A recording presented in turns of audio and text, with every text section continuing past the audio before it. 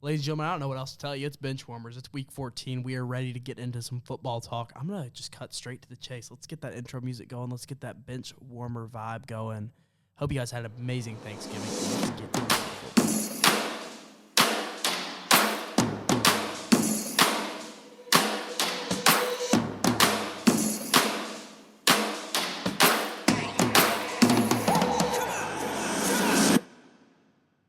All right. Ladies and gentlemen, welcome back Hello. to Benchwarmers. We're all back in studio this week, actually. It's kind of funny. This feels like a you know, whenever you like go stay like 1 week like somewhere else, then you got to go right back home. Yeah, and homes just feels weird, kind of. Yeah, like a little bit. At least it always did to me. Yeah, or like you're like you got a trip like right in the or like you got to go home like in the middle of a trip or something for like 2 days. That you come back, it's You've like got I'm not vacations with two different sides of the family, like. Yeah. Back-to-back weeks, and you go home for a day or two, and you're just like, well, I might as well not even unpack the suitcase. Yeah. Anyways, with that being said, we are only back in the studio for a week. Yeah, we'll be back to Zoom next week. Probably, I think probably until wild card, like divisional times and stuff. Yeah, till might even be till conference championships times. Y'all will be getting to see our beautiful faces live on the Rock Solid Sports YouTube channel. Yeah, the 3rd or 4th week of January is when we'll be back up here. University of Tennessee, Knoxville, at least me and Greyson. But Bradley is not here today. He is, what did we say he was doing? What did he say he was doing? I thought he was trying to dam Niagara Falls so that way the Canadians stopped having water. It's something like that. Yeah, I know he's doing something like of national importance. I just forget what it is. This is right. Yeah, he's investigating weapons of mass destruction in Iraq, and he's currently trying to find like some uranium enrichment plant, I believe. Oh, yeah. So I remember he told me about that, but I was like, uranium? Who is that? Uranium in Iraq? Come on now. Uranium, I barely even know her. Yeah. But yeah, Bradley's not here today. He had some prior commitments that are of greater importance than talking ball with the boys, unfortunately. But don't worry, he's not hitting the transfer portal. He is not hitting the transfer portal. We will not let him. We will commit NCAA recruiting violations to keep him here. But with that being said, no Bradley Hicks. I'm Greyson Calonge. Andrew Patterson is in front of me, and That's diagonal to me is A. Bates. Yes. Most beautiful co-host in the world, ladies and gentlemen. We are ready to talk some ball. We're ready to get into some recaps. Hope y'all's turkey was good if you're not into turkey. Hope your ham was good, and if you're not into either of those, then what are we doing? The tofurkey, you know? I was going to say, no. I don't know what to tell you. I mean, okay, I will say this. A little conversation starter here. Yeah. I heard in Texas, I'm sure we got some listener in Texas who can at least drop a comment on our Instagram. Yeah. By the way, go follow the Instagram, Benchwarmers RSS on Instagram. Shameless plug there. Apparently, Texas is really popular to do brisket and turkey or brisket and ham or all three on Thanksgiving. Really? I'm low-key down with that. I mean, that would be sick, yeah. I'm down with it. Brisket's very versatile. Yeah. Like, you can serve it pretty much any holiday, and it'll be good. Christmas brisket, that just rolls right off the tongue. That makes sense. Christmasket. Christmasket, yes. Well, that rules. And I'll say this, too. Like, I mean, like, it's a very different taste from the other two. Like, it's definitely a sharp contrast. Whereas, like, ham and turkey, they can get kind of similar at times, you know? So I mess with it. I don't know. I think that as a preparer, right, because I do a lot of cooking, I would not want to spend the time.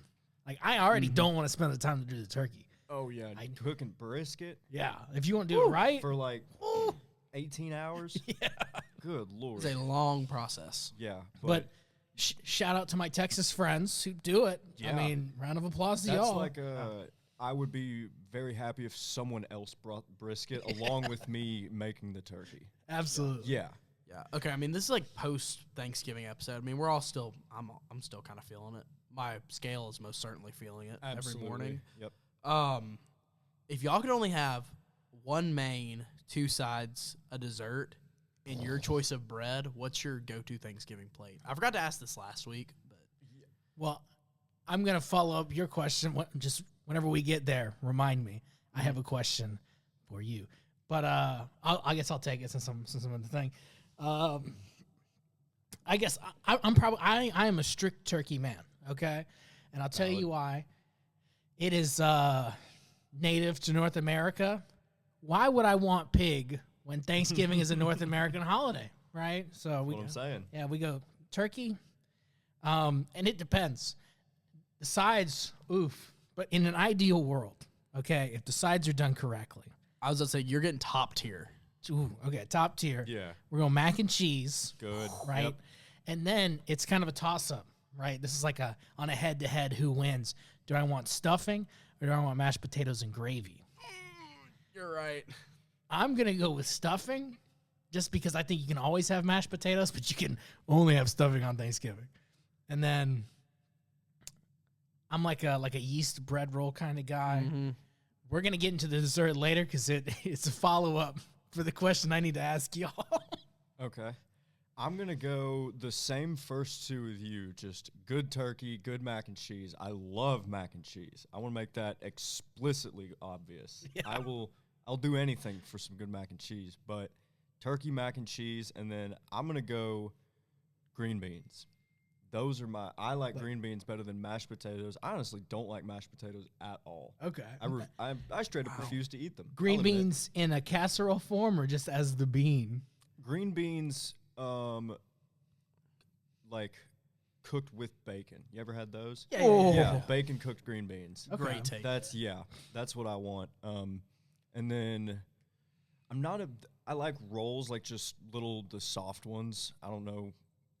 I've not been enjoying hard rolls very long in my life. So yeah, fair enough. I don't like a stale roll, but they're very Sister Schubert. They're not Hawaiian or like King's Hawaiian. They're they're just like yeast rolls. Yeah, the little like small ones, like the Sister Schubert ones. I guess. Yeah, I don't know the name. I didn't prepare the rolls this year. I did do the mac and cheese though, and it was perfect. There we go. Yes, white cheddar, black pepper. Oh. That's Good it. Lord. That's it. And dessert, my aunt makes some kind of chocolate derby pie that I literally look forward to every year. I don't want the nuts in it though. I don't like any kind of walnut or peanut, anything like that, anywhere near my chocolate desserts.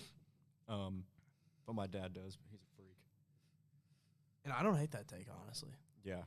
Like I'll eat nuts if they're in my dessert, if like there's nothing else, but if it's up to me, there's no nuts in my dessert. Yeah, I like that. No one's nutting in my dessert.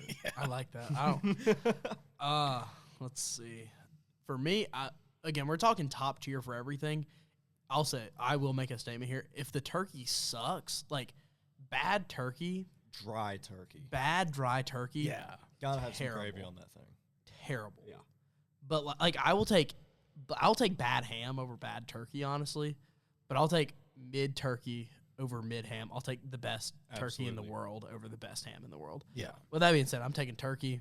Mm-hmm. Gotta have stuffing, dressing, whatever you want to call it. For me, I'm with your dilemma here now, but like in the opposite sense. Like I gotta choose between mac and cheese and mashed potatoes. And honestly, I'm with you. I think you can eat mashed potatoes any day of the week, but that good Thanksgiving mac and cheese, that's a special experience, you know? Yeah.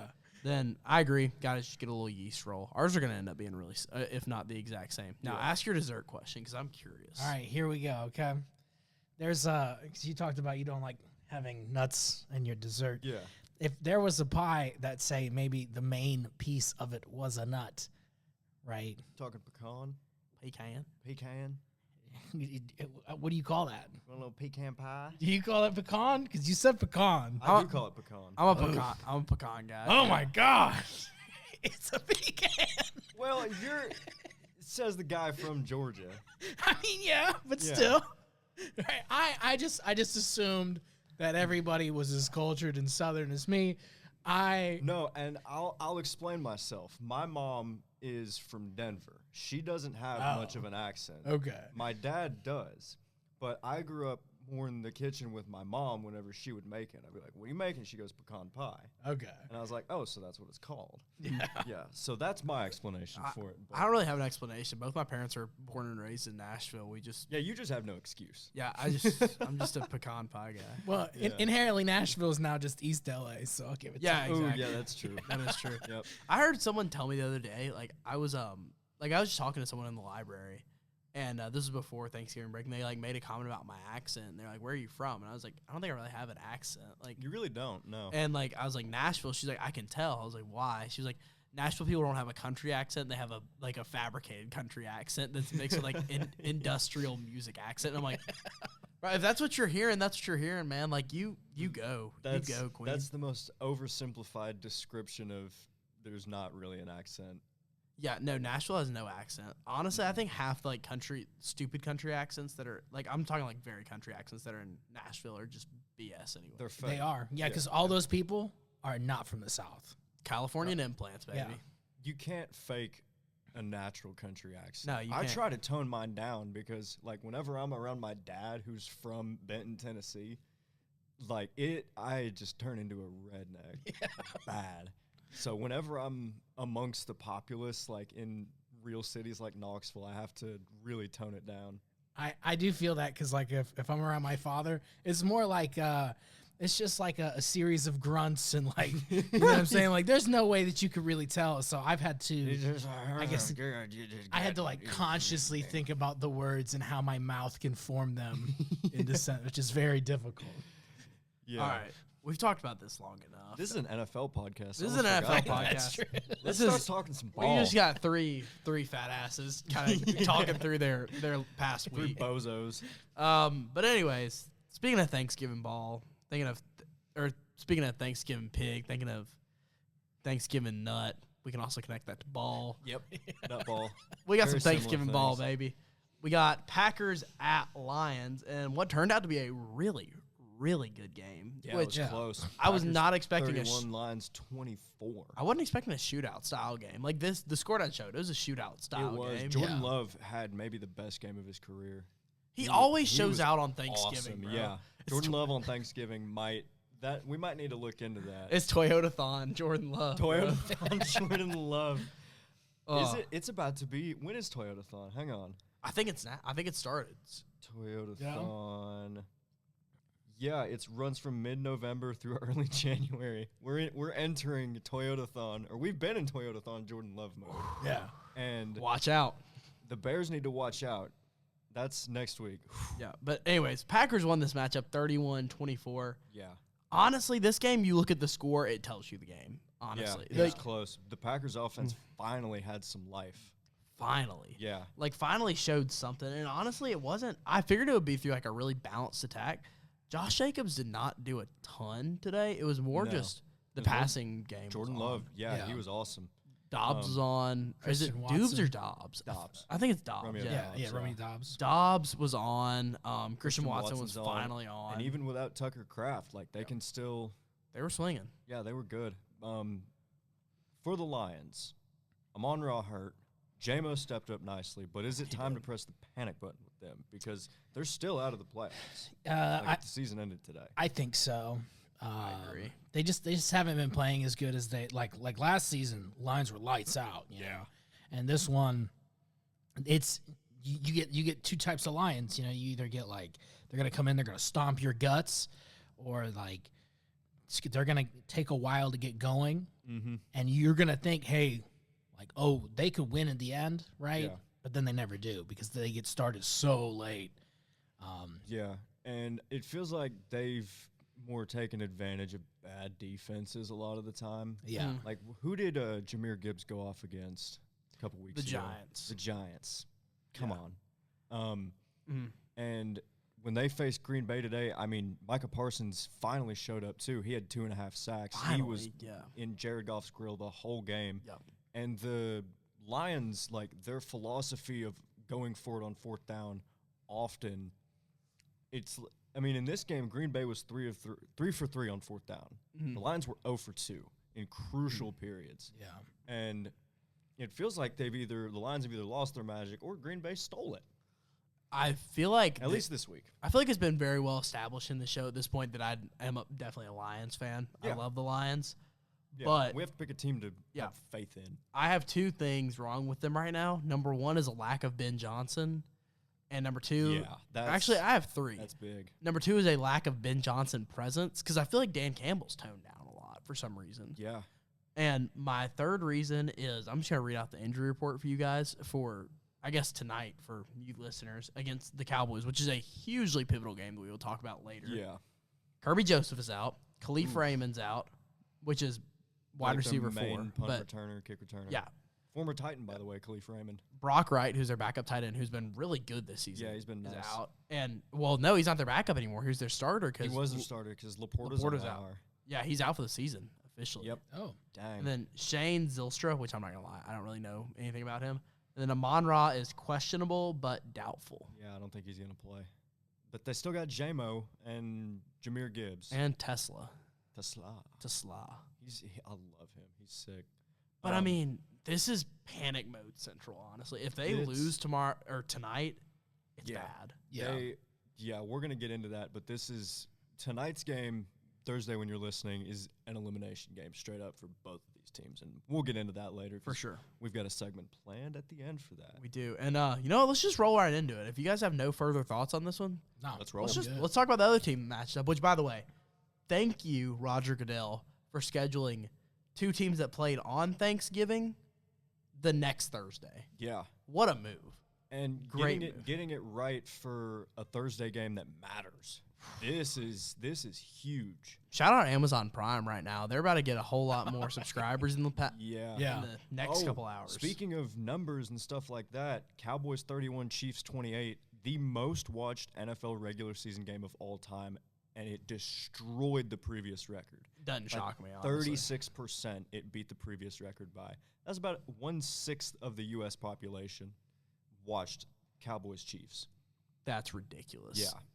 And I'm going to be honest, I wasn't really one of them. I was in a food coma. What? I was darn near passed out on the couch at my aunt's house. You missed a hell of a game. Yeah. If there's one thing you can always count on me for, right, it's I will be watching. If I think the Chiefs can lose, I will be tuned in. I hate the Chiefs, right? And 3 years ago, I'd have said I'd have been totally whatever. Hey, I think the Chiefs are okay, right? I don't like Travis Kelce. I think Patrick Mahomes. I have some words for him that would describe maybe like an animal of a female stature, right? But I just don't like their personalities, and I loved watching this football game. What did you see? Give me the Patterson report. Well, I would say that the Chiefs are significantly less disciplined this year than they have been in the past. Yeah. Do we think that's an Andy Reid issue? Because I've seen a lot of people on Chiefs fans in air quotes online hate throwing some serious stuff at Andy Reid. Saying he's lost control, he doesn't have it anymore. I think if you're blaming Andy Reid, then I don't know who you should blame, but I don't think it should be Andy Reid. You know what I'm saying? That's one of the top 5 coaches of all time For is sure. Andy Reid, right? Yeah. And there's something to that. So, And I mean, Mahomes has already played himself into top 10 consideration. Yeah. So depending on your version, but yeah, I'll give it to you. I mean, he's got 3 Super Bowls. I mean, yeah, but is a Super Bowl a quarterback stat or is it a team stat? I think wins are a quarterback stat. Yeah. But I will say you do have a full team. Got to have a full team to win a Super Bowl. But my thoughts on this game, we just watched 2 insanely good playoff teams play. Yeah. And unfortunately, at least one's probably going to miss the playoffs. I At would least. be surprised if both of them missed the playoffs. Yeah. But these are 2 teams that if they make the playoffs, I don't think you want to see. They're going to cause a lot The of Cowboys damage. can pretty much score at will. Yep.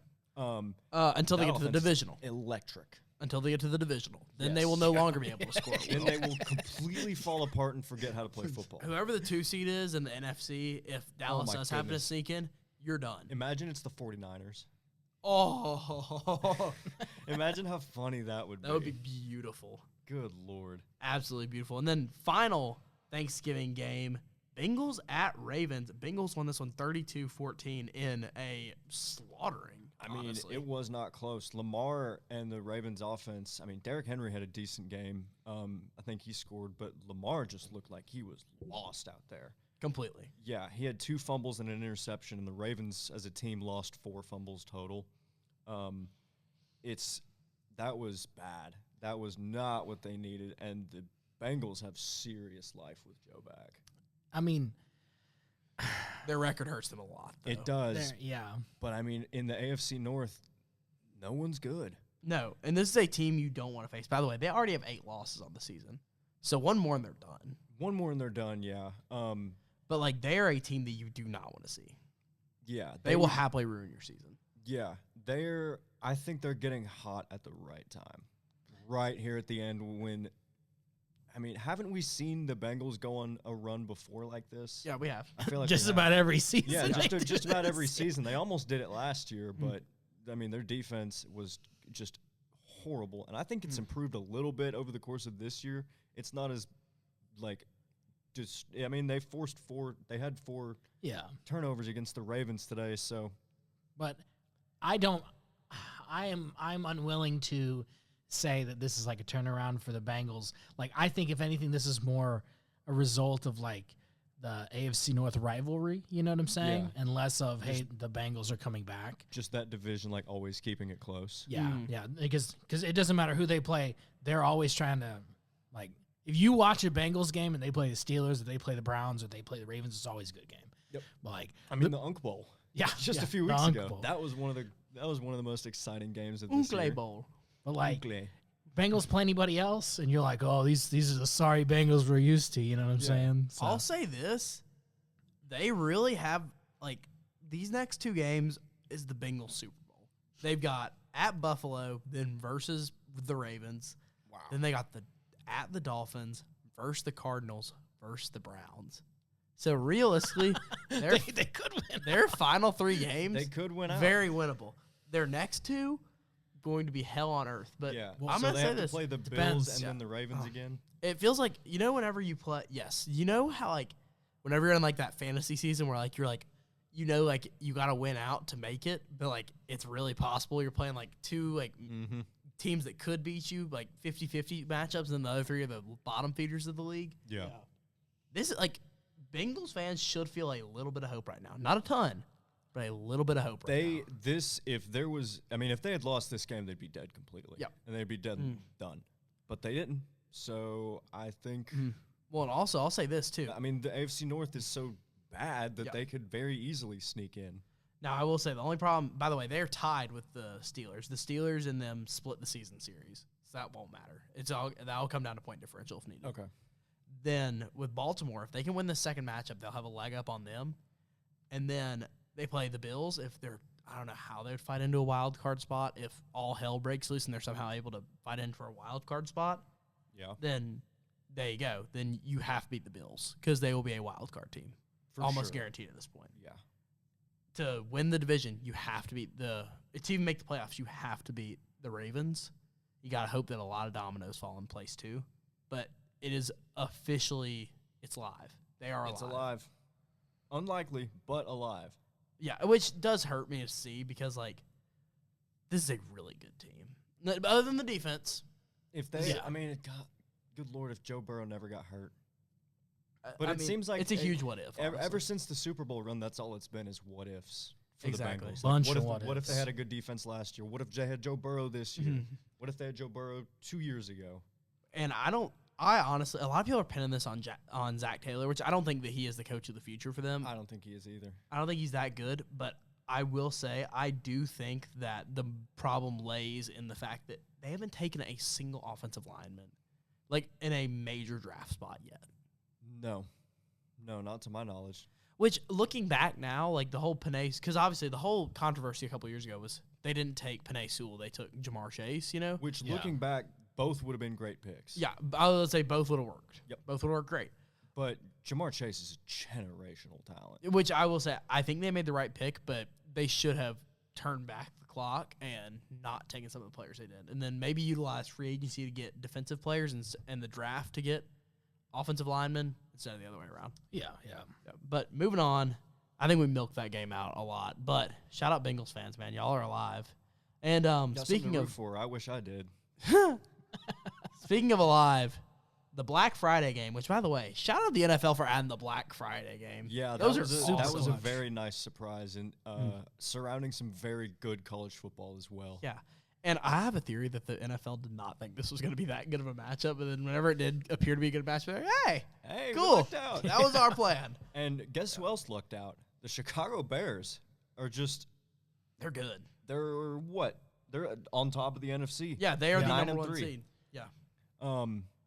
And They won this on 24-15 over Yes. the Eagles. yeah, and Kevin Patullo can't show his face in Philadelphia. No, some fans, I did see this, which obviously we don't encourage this. I'm actually going to talk down on this because this is terrible, but it's Philly fans, so it's Philly fans. Par for the course.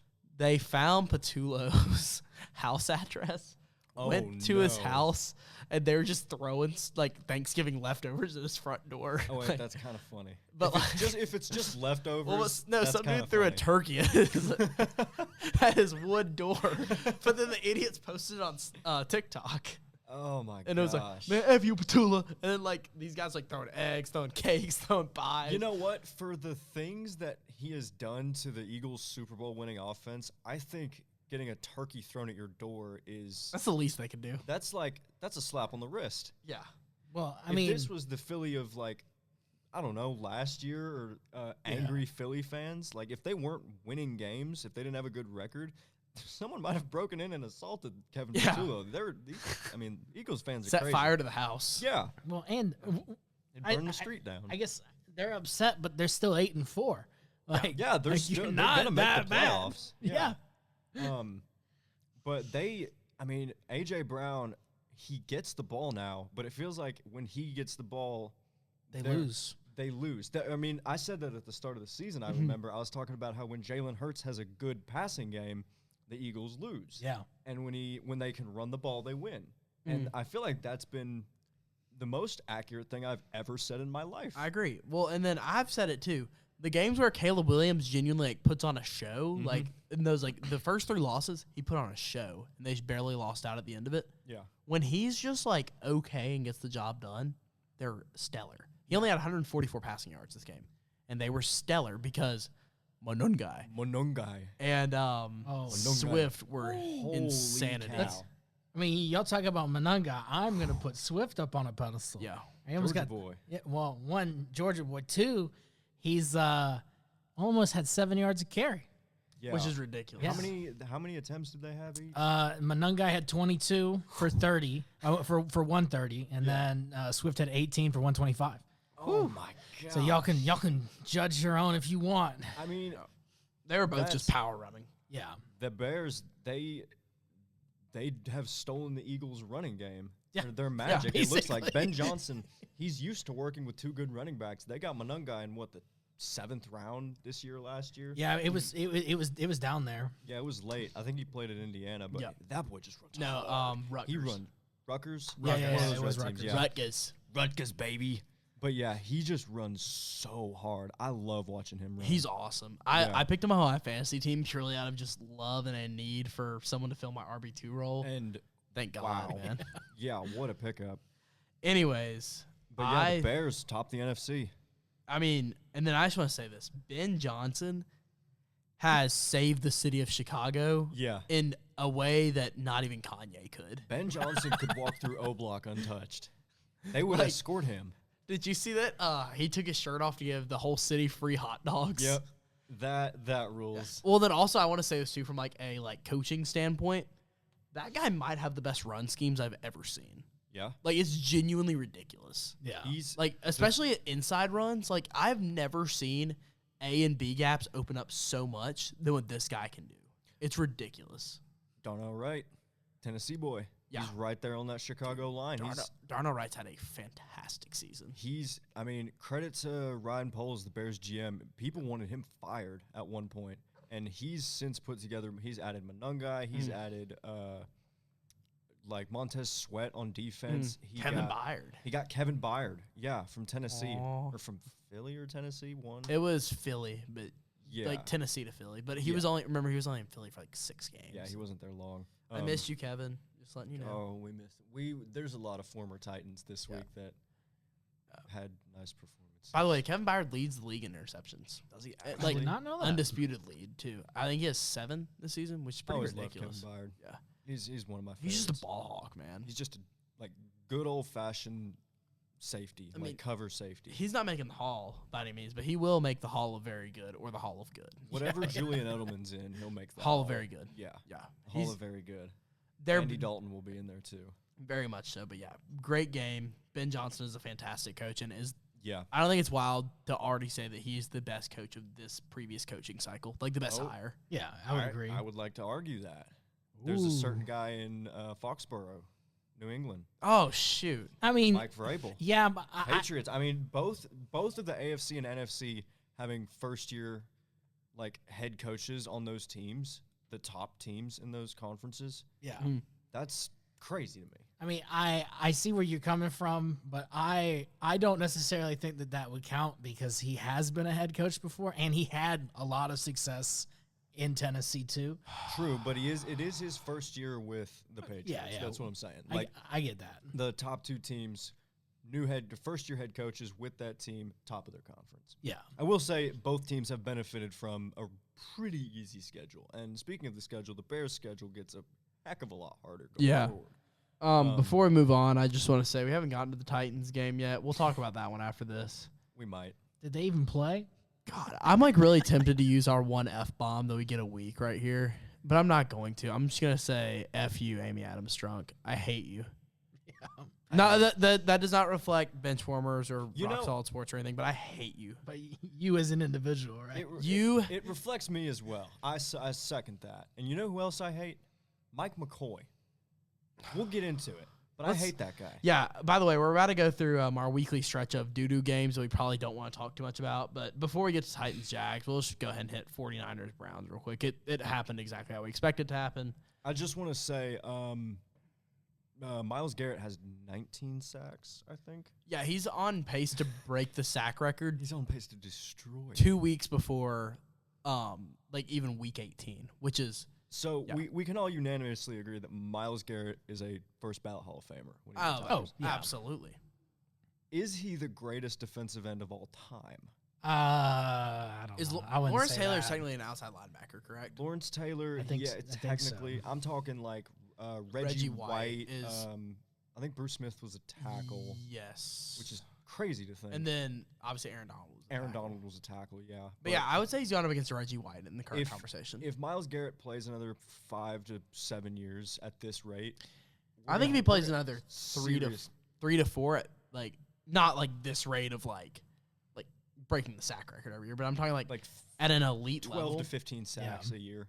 Like 3 to 4 more years at an elite level, and then 5, then like the other 2 to 3 after that at a good level. Like if absolutely you can get on a good team and maybe win a ring. Which hurts me because obviously as University of Tennessee students, we love Reggie White here. Obviously, yeah. Minister of Defense. But Myles Garrett is a freak. Well, yeah, different animal. He's definitely the greatest of the 2020s. Oh, absolutely. So far, it's not even close. Yeah.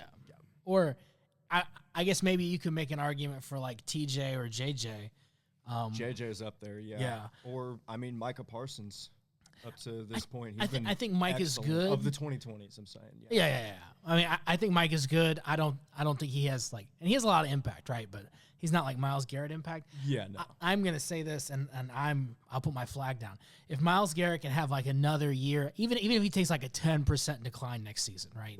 If he plays 90% as well as he did this year, I think he's a first round Hall of Famer, and I would probably put him. This is crazy for me to say. I would probably say he was the best defensive end of all time. And he's just on the worst team ever. He's on the Cleveland. It's crazy that the Browns at 2 positions, like left tackle, they had Joe Thomas. Yes. Running back, they had Jim Brown in the 60s. And now they've got Myles Garrett. At 3 positions, they may have had 3 of the greatest players ever at those positions. I mean, I feel like it's almost unanimous at this point that Joe Thomas is the best tackle of all time. Yeah, absolutely. I'm thinking like him or Bruce Matthews or something. Which, by the way, shout out 2 very terrible franchises for having 2 of the best tackles of all time. The Titans/Oilers and the Browns. Yeah. But yeah, 49ers 26, Browns 8. This game sucked. Yeah. It's bad. It's honestly time. Purdy's playing Purdy's playing very mid. He had a good rushing touchdown and hit one of the meanest white boy Dougies I've ever seen. I mean, if Brock Purdy's doing the Dougie on me, personally, I'm not letting him leave the stadium walking. Yeah. But do they miss Mac Jones slightly? Like, Mac Jones at least had a little bit more fire under him a little bit, if that makes sense. I mean, they're getting it done, though. Yeah. They're getting it done. Like, that's what Shanahan does. He did it with Jimmy Garoppolo. He's done it with Brock Purdy. Like, He just gets it done with He white did it with the boys. Falcons. yeah, he did. Got it done with Matt Ryan. He won Matt Ryan an MVP. Freaking Shanahan and white, like, game manager quarterbacks, Yeah, bro. white, dorky-looking quarterbacks. No, I will say, I don't want to throw Matt Ryan into the game manager. I don't Oh, want to dear. put Matt Ryan. Don't do that to Brock my Purdy in boy. the same conversation. No, Matt but, Ryan's like, a Hall of Famer. Now he is officially the GOAT of game manager white quarterbacks. Yeah. All right, moving on. Let's keep this one short and sweet. We doing this one? Next one we got. Is it this one? Is it the one I'm thinking of? Yeah, so the Jaguars won 25-3 in Nashville, which Against the one team. The this is how Titans. bad it is. It's so bad that I don't even care to say the name Titans. Like, what This are they is gonna do? no. This is I'm how not bad scared it of is. them. I'm about as diehard of a Titans fan as you're gonna get. I got tickets offered to me for this game. You didn't take them, did you? I picked to sleep in. I don't blame you. You should. And this was a 1 o'clock kickoff or a noon for you, right? I was gonna say I am giving them to a friend, but they were offered to me for free, and I was like,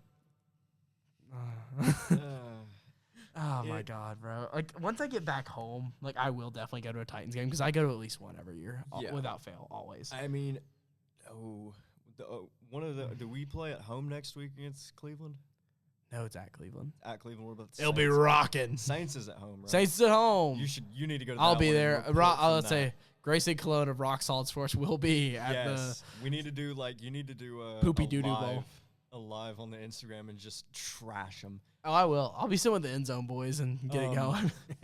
Yeah, I want to just address that I've been pronouncing Chimere DK's name wrong all year. I've been calling him Chimere Come here, Dak. because of the word chimera. Yeah. I thought it was pronounced the same. It's not, and I have to admit that. No one called me out on it. I just want to take accountability. Yeah. Yeah. Do you feel Chimere like DK. do you feel like Chimere do you DK. feel like Chris Collinsworth right now saying Mariota? Mariota. Samira DK. Chimere DK. I love that guy. He did have some fumble issues today, but Yeah, he had he's- negative 1.6 fantasy points. yeah. He was sitting on my bench though. He was sitting in my flex spot You've got in a crucial week. You've got DK in a flex spot. That's your first. Is this like a 20-man? No, it's a 12 man, but Okay. you'll understand. Okay, here I'll just read this out for the viewers, just so you guys know. My quarterback is Burrow. My RB1 is Devon Achane. My wide receiver 1 is Rashee Rice, and my wide receiver 2 is CeeDee Lamb. A lot of trades went down to get those as my core guys. Then I had Trey McBride, but I also had Tucker Kraft. And at that time, Tucker Kraft was genuinely outscoring Trey McBride every week. Yep. And so I traded away Trey McBride. Then kept Tucker. but I got CeeDee Lamb out of it. I traded away, and it was also when Derrick Henry was slumping. Traded away Derrick Henry and McBride for CeeDee Lamb and just a Benchwarmer guy just to keep the trade even. Shout out. And Benchwarmer guy turned out to be Kamani Vidal, who was a dog. Yeah. Yeah. And but then that just turned my flex to crap because I also had Quentin Johnson. And they just decided to fall off. He did. Yeah. I Yeah, had he to was send him hot to the for waiver first list. 5 weeks of the season. Yeah. But Jags, Titans, Mike McCoy is a scared little impish boy. He is Because awful. He is. Every time they cut to him on the sidelines, it was after a decision to punt from midfield, and Grayson's doing the face. He's just he's just kind of blankly staring at the field, not really comprehending or thinking or really anything going on upstairs. He's got nothing going on between his ears. Yeah. I mean, It's picture this. It's 4th and 2, 4th and 1. The Titans are at their own 45. They're right on the logo. Yeah. They're down. I mean, we kept it close in the first half. yeah, I thought. no, it was a pretty good game, honestly, in the first half. We're down. I think it was like 10 or something. We're down 3-10 Okay. on our own 45. 4th and 1 or 2. This was a scenario multiple times in the game. We punt, and then they just go down the field and score. Oh, I lied. It was just remember at the end of the second they tacked on that they started kind of getting on us a little bit at the end of the first. But yeah, it was 7-3 at the end of the first. Then they got that touchdown 2-point conversion. Yep. Then they got that field goal going into halftime, but it didn't feel that out of reach. No, Something about it just didn't, but the Jaguars killed us. Or I'm not even gonna. It's not Yeah, us and anymore. It's just the Titans. The Jacoby Myers trade has been actually very good for Jacksonville. Yeah, he's turned into a very good weapon for them. He's been turned into playing like very nice. just serviceable, like very serviceable. He's not like a superstar or anything, but like no. And then I mean, imagine if they had Travis Hunter in there too, and Brian Thomas. This would be a fantastic core. But and I mean, they're like right there in the AFC South for sure. They're on top right now, technically speaking, via a tiebreaker. Yeah, but they really? Yeah, they are. But they play the Colts this week, and that will truly decide it. That's going to be a big But one. we'll talk about that more later. Let's keep this game quick. The doo-doo stinky bowl game of the week. Saints at Dolphins. Tyler Shuck played really good, honestly. Devon Achane played really good. But he's been playing good. Yeah, that's kind of what you expect from these two teams. Miami wins at 21-17. And this is the Dolphins' third win in a row. Yeah, and I mean, I don't give them much. I don't give them much there. I mean, they're not one of the worst teams in the league. I will say that. Like, they're a competent team. It's just that, like, they were too bad at the start of the year, and I don't think they've gone on a run like that before. But it's kind of like Cincinnati.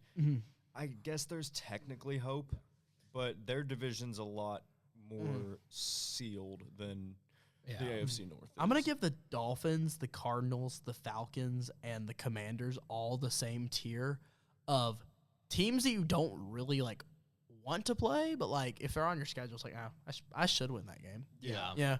It's like, you probably should beat them, but they're going to put up a really good fight against you. Yeah, we'll get to that later. The Commanders, man, they will not go down easy. No, they will not. They're one of them. Mariota. Anyways, next game. Wait, one thing from the Dolphins Saints. Can you guys guess who their leading wide receiver was today? Which one? For the Saints? For the Saints. It was some no-name dude, wasn't it? Because it wasn't like Olave. I've literally never heard of this guy before today. He was on. I would say you say because I know a little bit about this guy. Devon Vele. He was originally a Denver Bronco. Really? They picked him up in free agency. I think honestly mid-season or something. It was something really strange, but he took over for Rashid Shaheed basically. Okay, yeah. Which by the way, he's done not a lot in Seattle. No, just like he's been very quiet. Which I expect him to be really good there. But JSN, I mean, maybe he's just drawing targets away from drawing like attention away from JSN. Yeah. Anyways, it's time for everyone's favorite part of the week. It's time for Andrew to talk about the Falcons game. Andrew, talk about the Falcons. The Falcons lost this was a good this game, week, by the way, ladies and gentlemen. I mean, if you want to call it a good game, I guess. It came down to the wire, I'll say. Yeah, I mean, I guess we were competitive. Bijan Robinson ran for 142 yards, which, if you didn't know, he has the most yards from scrimmage out of anybody in the NFL. Really? Yeah, like per game. But here's the problem. I'm gonna flip the script on you. He plays for the Falcons, right? And we, for whatever reason, just cannot get it together. Kyle Pitts had 82 yards for 7 receptions. So, like, I guess Kirk Cousins is doing something. It would be nice if he could, I don't know, maybe win the game, especially against the New York Jets. Do you remember? I didn't remember, right? But when did the Jets win last time? You know, who did they play against? I have no idea. I will give a shout out to Nick Folk. He was on the Titans a few years ago. He's he's like 41. Kicked a 56-yard game-winning field goal. Yeah, and Beast. And it hurts my soul. Yeah. The last team the Jets won't beat was the Browns. The Falcons are as bad as the Browns. The Jets put up as many points against the Atlanta Falcons as they did the Cleveland Browns. Oh man. And I am upset. Like I am officially, I guess I'm in the same state as you guys are with the Titans. It's just like hopeless. Yeah, I mean, I like Arthur Blank, so it's obviously not an ownership thing, but yeah, coaching, you got to do better. You know, you got to do something, and at least Arthur Blank cares enough to attempt to like make the team the team better. Yeah. And I mean, like he very rarely has like moves where like what is he doing? You know? Yeah. Like when the Falcons fire a head coach, it's because of the record over a consistent period. Yeah. Like Raheem Morris hasn't really shown anything. And if you look at his record as a head coach, I think it's like 33 to 55, and if you combine his entire career, so like he loses a lot more games than he wins, you know? Yeah. Yeah. Yeah, and I don't know. Are we out? Are we out on the Falcons? I mean, I am. Yeah. I'll probably still tell people. I'm almost ashamed to tell people on my Falcons because how do you get beat by the Jets? Right, the three of us could get 9 friends together and we could go beat the Jets. I think you're right. Yeah. I think we could easily tackle Tyrod Taylor and wouldn't allow scrambles like he was making today. Yeah. But this room is very sad in our football fandom. Yeah. It's bad. And then let's talk about another team, like 2 teams that are equally sad right now. The Cardinals at the Buccaneers. Buccaneers won 20-17 in a nail biter. Yeah. Both these fan bases are just really sad right now. One, because like every injury possible is hitting the Buccaneers really hard. Then the Cardinals, their only hope is Jacoby Brissett, man. That's one of the notes I had written down. Jacoby Brissett is still throwing the ball 40 times a game because the Cardinals' starting running back is Bam Knight, and he's not even fully healthy. Yeah, literally, like they literally said in a presser or something. I saw it somewhere that he's 75% healthy. Yeah, and and Zonovan Knight, who's their number 2, is like 70% healthy. Yeah, they just got to trot someone out. They've got nothing except for Trey McBride. He's the best tight end in the NFL by far. Let me read y'all some stats. It's literally not even close. He's one of the best receivers straight up. He's first in receptions, 6th in yards, 3rd in touchdowns, and 2nd most in targets, only behind Jamar Chase. So basically, the only reason that the Cardinals are alive is because he catches the football. Yeah. He gets so many targets, and he gets the ball pretty much every play.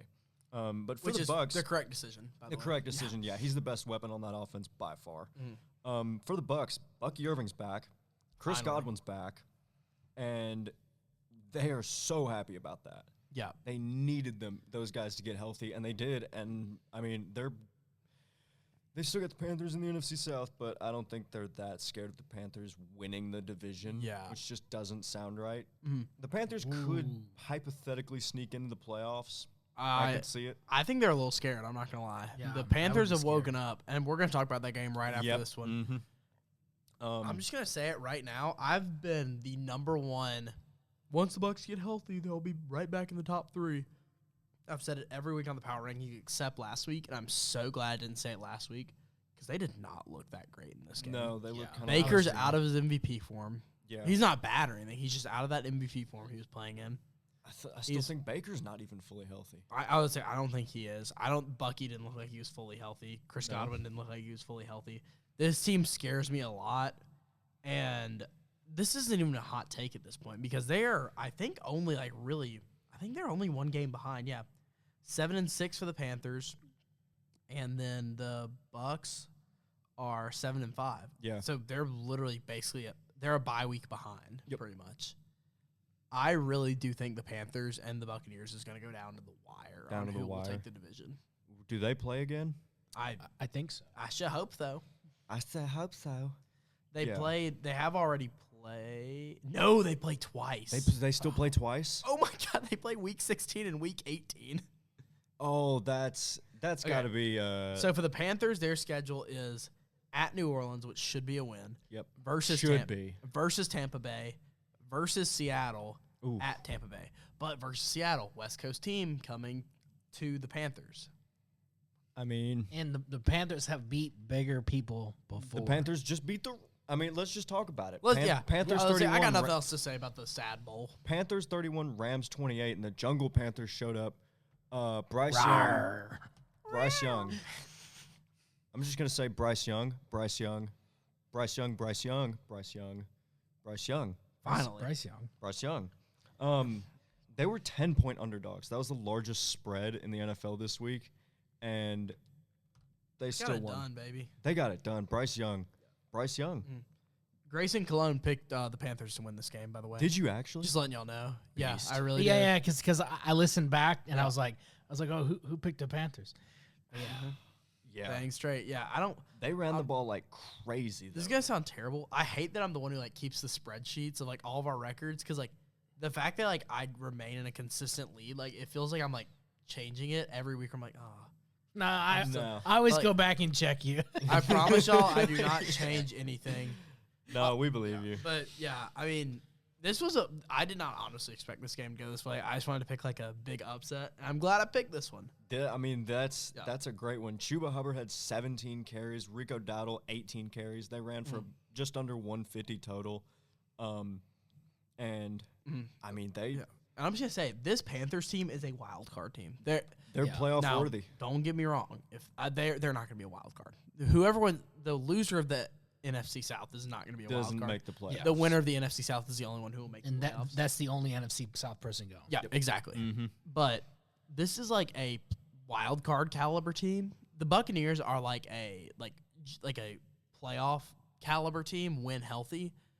But man, this Panthers team is, no pun intended here, they're feisty. They're feisty. They They're scare me. frisky. Derek Brown, D tackle's an absolute monster. He's a monster. He's always game been wrecker. Madden has always rated him super high, and I've always noticed that. But he's Yeah. always just really good. He He's backs been it up. awesome every year for the Panthers. And do give some credit to the Rams.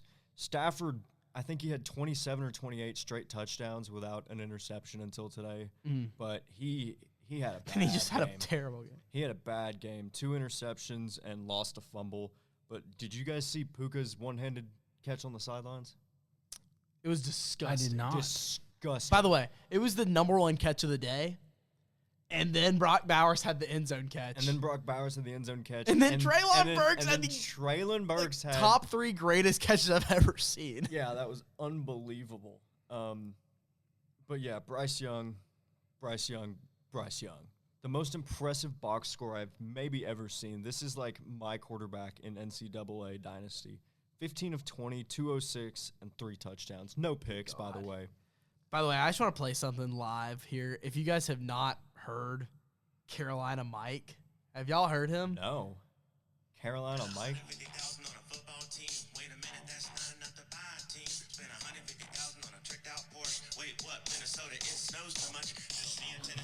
This guy, you know, like this is our Colts. It's this guy this season. He's a Panthers fan. He records this in Oh his my living room gosh. every week. He sings the same song.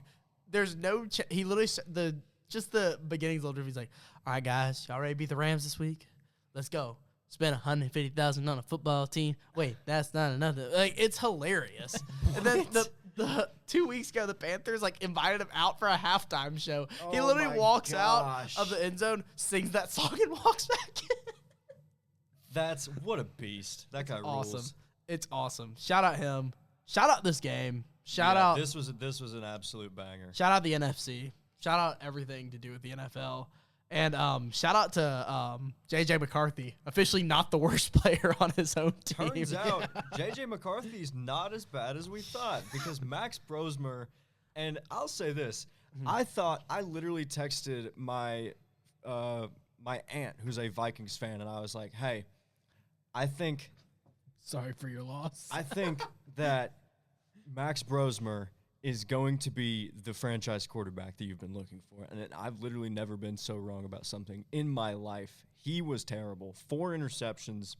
1 of them bounced. The other 3 were the worst you've ever seen in your life. And it was one of those games where he would have had a better quarterback rating if he spiked the ball every single play. Yeah. I don't have much from that other than this, or much from this other than that. I mean, I have nothing. Yeah, The Seahawks are good. The Seahawks are good, and Max Brosmer, well, man, I was wrong. and I'm not even sure, even if he didn't play, like if he played a worse team other than the Seahawks, I'm still not sure he would have done better. I don't You know think what I'm so. saying? I mean, that was bad. But we can move on from that one very quickly. Thank God. Let's do Bills 26, Steelers 7. This is another similar one. I think the Bills 26, Steelers 7, Chargers 31, Raiders 14. Both of those games, boring. Yeah, and honestly, I think like a lot of people were like saying this is the game of the week. This game's huge. The Steelers are in such a decline right now that genuinely this just feels like the Bills beating like that tier of Dolphins, Commanders we were talking about. Like it just feels like they beat them. It feels like the Steelers, they're technically in it, I guess, but they're just, who wants to watch the Steelers? I mean, like I'm being so serious. Like if if like next week, like Pittsburgh came to Nashville and played the Titans, I'd be like, oh, I'll go to that game. We got a chance at that. Yeah. Like, that's how bad the Steelers, like, It's not even boring. bad. They're just so boring and mediocre. Did you guys see the tweet from that guy that was like, Mike Tomlin will come out and say you can't put jelly on bread before peanut butter and then go sign a 36-year-old 2018 Pro Bowler? And then literally they did that. They went and signed Adam Thielen. They did? I did see that, yeah. They picked up Adam Thielen after Minnesota waived him. But that was one of the funniest things I've seen on Twitter all week because it was literally proven correct within a matter of a few hours.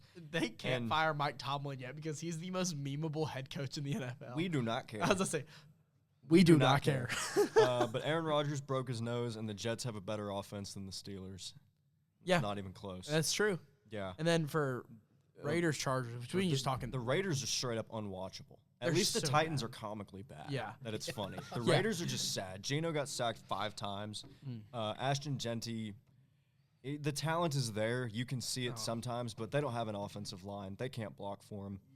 Yeah. And then the Chargers, the Chargers just looked like the Chargers this week. The Chargers are not a division winner. I think that has been established now. That They're a tough team. They're not a division winner, but at the same time, this is going to sound weird. I don't think the AFC West this season has a team that is playing like a true division winner, despite the Broncos' record, but they're just squeaking by in every game. Yeah. Like, all 3 teams in there right now just feel like dangerous wild card teams you really don't want to play. Yeah. I would agree. And here's another thing, a key takeaway from this. Justin Herbert also had surgery on his left hand. They said he's day-to-day. They expect him to be back against Philadelphia on Monday. I mean, the Eagles, I don't know if y'all have been seeing them yet, but I think they're like kind of a bottom 5 team in the league. So, like, they low-key, like, they're fine. No, I'm just kidding. I mean, Trey Lance might go out there and throw for 300 yards. You never know. You literally never know. It's any given Sunday, man. Do we think Pete Carroll comes back next year for the Raiders? I don't think so. I don't think he wants to rebuild. I think he's ruined his legacy by coaching this team. I think it was a stupid move for him to even come out of retirement, just because what the hell was he gonna do with the Raiders, bro? Yeah. What are you gonna do with Geno Smith? Yeah, and like even if Geno played like how he did in the Seattle days, what was he gonna do? Like. You have Brock Bowers, sure. Okay, you have Jacoby Myers initially, sure. Yeah, you had Jacoby Myers. Ashton Genty's good, but they can't block for him. They don't have any offensive line. Max Crosby. That's it. Name another player on defense for the Raiders besides Max Crosby. I can name Couldn't one. even tell you. Rock Ya-Sin. Is he on the Raiders? I'm pretty sure he is. And see, the fact that I said I'm pretty sure. You only know that because his name's Rock Ya-Sin. Yeah, exactly. Yeah, if that was Pete Smith, you wouldn't know. Yeah. But yeah, the Raiders they're a tougher watch than the Titans. So he's actually on the Lions now. But I did just learn that his real name is Abdurrahman Ibn Ramadan Yassin. So I would go by Rock too. Holy cow! I would go by Rock too, but that's sick. Imagine being a kindergartner and you had to spell that name out. What's your name? Okay, I'm gonna read off some Raiders players for you guys, and you guys tell me if I'm reading a random person from LinkedIn or a Raiders player. Okay. I'm actually gonna y'all keep talking. Let's go ahead and start talking about the Broncos Commanders game so I can get this game pulled up. Yeah, I'll say credit to Washington. They're injured to hell and back, but they still took the Broncos to overtime and just barely lost, and that's only because Nick Bonito. Yeah, I mean, because this is a later game, so I think I watched the first quarter, maybe some of the second. Yeah. And then I was like, oh, they got this. And I fell asleep when I woke up the next day. I had my last 8 a.m. on Tuesday, so I had to go to bed early Monday night, and I woke up very shocked the Commanders kept it close. Yeah, very much so. Because, at least in that first quarter, Mariota really didn't look good. They didn't really have much going for him. So I was just really surprised because even if you look at his stats, he almost had 300 yards. Yeah. Mariota's played pretty good. I would say he's the best backup in the NFL, to be honest. I think I wouldn't necessarily say that was like a huge stretch, but I wouldn't say he's the best. Brissett's been good. Yeah, Brissett's been good and consistent. Good and consistent. Because Jameson's good, but he's not consistent. Yeah. Technically, Jackson Dart doesn't count really because he's for sure the starter now. Kirk Cousins. Kirk Cousins, yeah, true. The only problem with Kirk is he just can't win. He just his receivers can't catch. Yeah. Like that final. Okay, we'll go back to that for a second. The final drive the Falcons had against the Jets, I did watch that. Yeah. Because the Titans game was over and I wanted to watch a game that was competitive, And I watched 3 straight drops by the Falcons on their final drive. And Kirk hit him literally right in the hands every time. I was like, good Lord, Kirk. It's all the lemon pepper seasoning, man. Good Lord. And with the Falcons, right, it's so easy to win on the Falcons. All you have to do, right, pass to the right, give it to Bijan Robinson. To the left, give it to Tyler Algier. That's all you have to do. That's easy. It's super easy. Throw it to Drake London on a slant route. You've got Kyle effing Pitts. Well, I think give him the ball. I think Drake London was hurt. But yeah, and Kyle Pitts had 8 catches. That's the most catches he's had all season because nobody else throws him the ball. Yeah. Penix hates him. Anyway, the Broncos have a really good defense. They do a great defense. Holy cow. Nick Bonito is not a real – he's a robot. He's a robot from a dimension outside of ours. He's from another reality. And I almost feel bad for the guy because, like, if Myles Garrett just happened to not exist, he would 110% be the front runner by a million for Defensive Player of the Year. But Myles Garrett does, and everyone should be scared of him. I'm scared of him currently, and we're sitting in the podcast studio. Yeah, we're sitting in the podcast studio, and I'm going to be looking over my shoulder going back to the Neyland garage, just being like, oh, Myles Garrett's gonna be not like, there. Oh, he's walking in. Oh, God, guys. It's gonna be like the Kool-Aid man, But, man, this game, I honestly think that this game exposed a lot about the Broncos offensively, specifically. I agree. They are the unwatchable score doesn't on show the offense. fact that they can't get it going. They can't. No, they don't have a running game with Dobbins injured. Harvey scored twice, but those were from like a couple yards out. Those weren't massive runs. Yeah. And Harvey only had 13 carries. Yeah. So they really didn't even let him try. Yeah. No. And then, Onyx just played bad. I think he's regressed mightily this year. I don't know what it the is. stats don't show it, though. He had 321 yards passing today, but a lot of that is helped by an overtime. Yeah. But, like, I mean, I don't really know how I'll say. He went 29 for 45, 321 yards passing, 1 touchdown, 1 interception. But that 1 touchdown, 1 interception kind of tells your story. Yeah. He hasn't regressed stat-wise, but it just seems like he's regressed, like, fun-wise and, He looks more scared out there, I think, this year. He's making panic moves kind of like Caleb Williams made last year. That's what he looks like when I watch him play. He doesn't have the swagger anymore. No, he doesn't look as confident for some reason. I just want to throw this stat at you, right? Will Lutz has more points at this game than Bo Nix does. Ooh.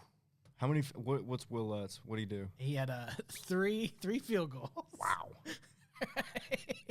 Will Lutz has been good for them all year, though. I'll give him that. He's a weapon. He is. And, I mean, if you don't have an offense, you better have a defense and a special teams, and by golly, the Broncos got that. Yeah, they do both of those really well. Yeah. One of those not extraordinary. Yeah. So the Broncos are still a scary team simply because of how good that defense is. yeah.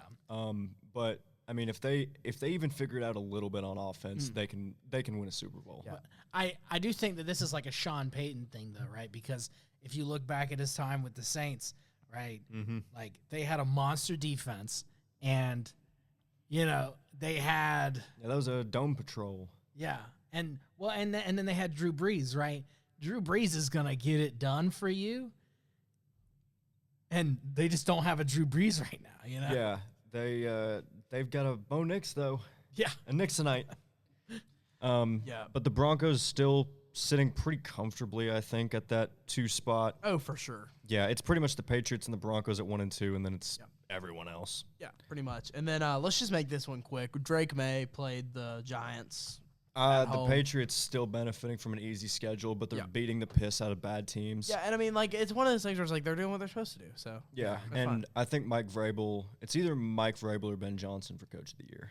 I would agree. Or Shane Steichen with Indy. But they've kind of regressed. They've kind of regressed. But Vrabel's, he gets the boys played tough. And did you guys see the Giants punt returner gets hit so hard that the N from the logo fell off of his helmet? I did see that. That was the craziest thing I've ever seen, and I think it perfectly encapsulates what this game was. Is Patriots 33, Giants 15. That was the score, and just bad. Did you like how often Jackson Dart would run, even though he just got off of concussion protocol? He would just run all the time. I've been saying he plays like Josh Allen, but Josh Allen knows how to protect himself at least sometimes. Yeah. Granted, he'll run a dude over.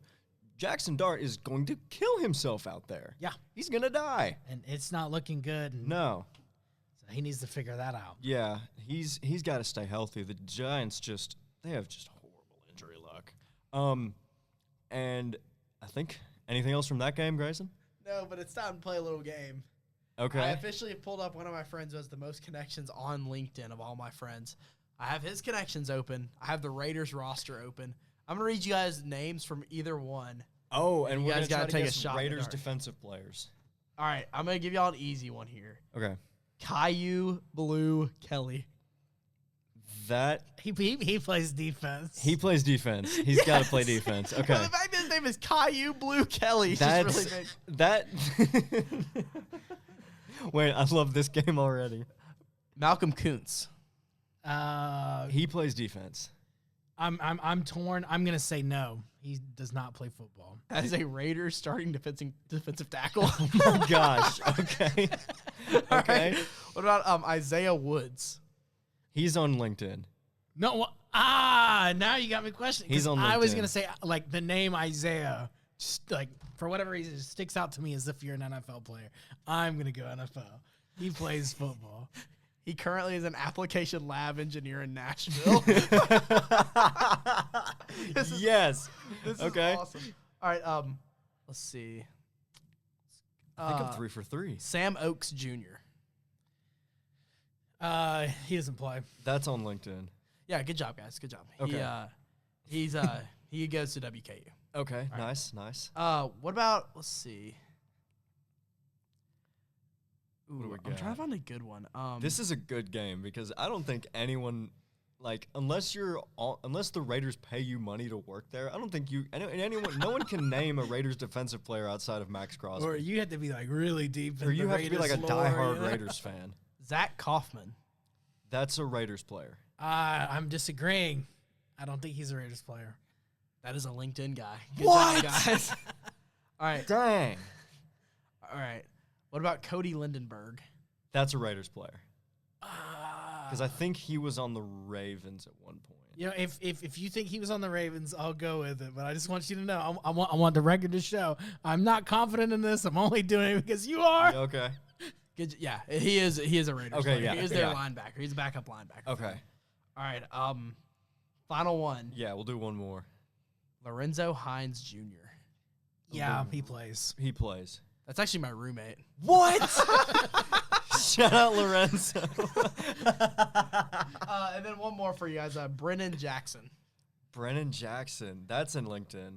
Oh, That's see, LinkedIn. I think you're trying to leave us off on a good note. He plays defense. He does play defense. He is on injured reserve. my He's their Lord. injured starting linebacker. Oh my gosh. Anyways, thanks for playing, guys. Yeah. Shout out to everyone who I just shouted out, man. Shout out Lorenzo. Shout out Lorenzo, man. And anti-shout out to these 4 teams. These are the 4 teams in the NFL that did not win a single game in the month of November, and that is the Tennessee Titans, the New York Football Giants, the Las Vegas Raiders, and the Washington Commanders.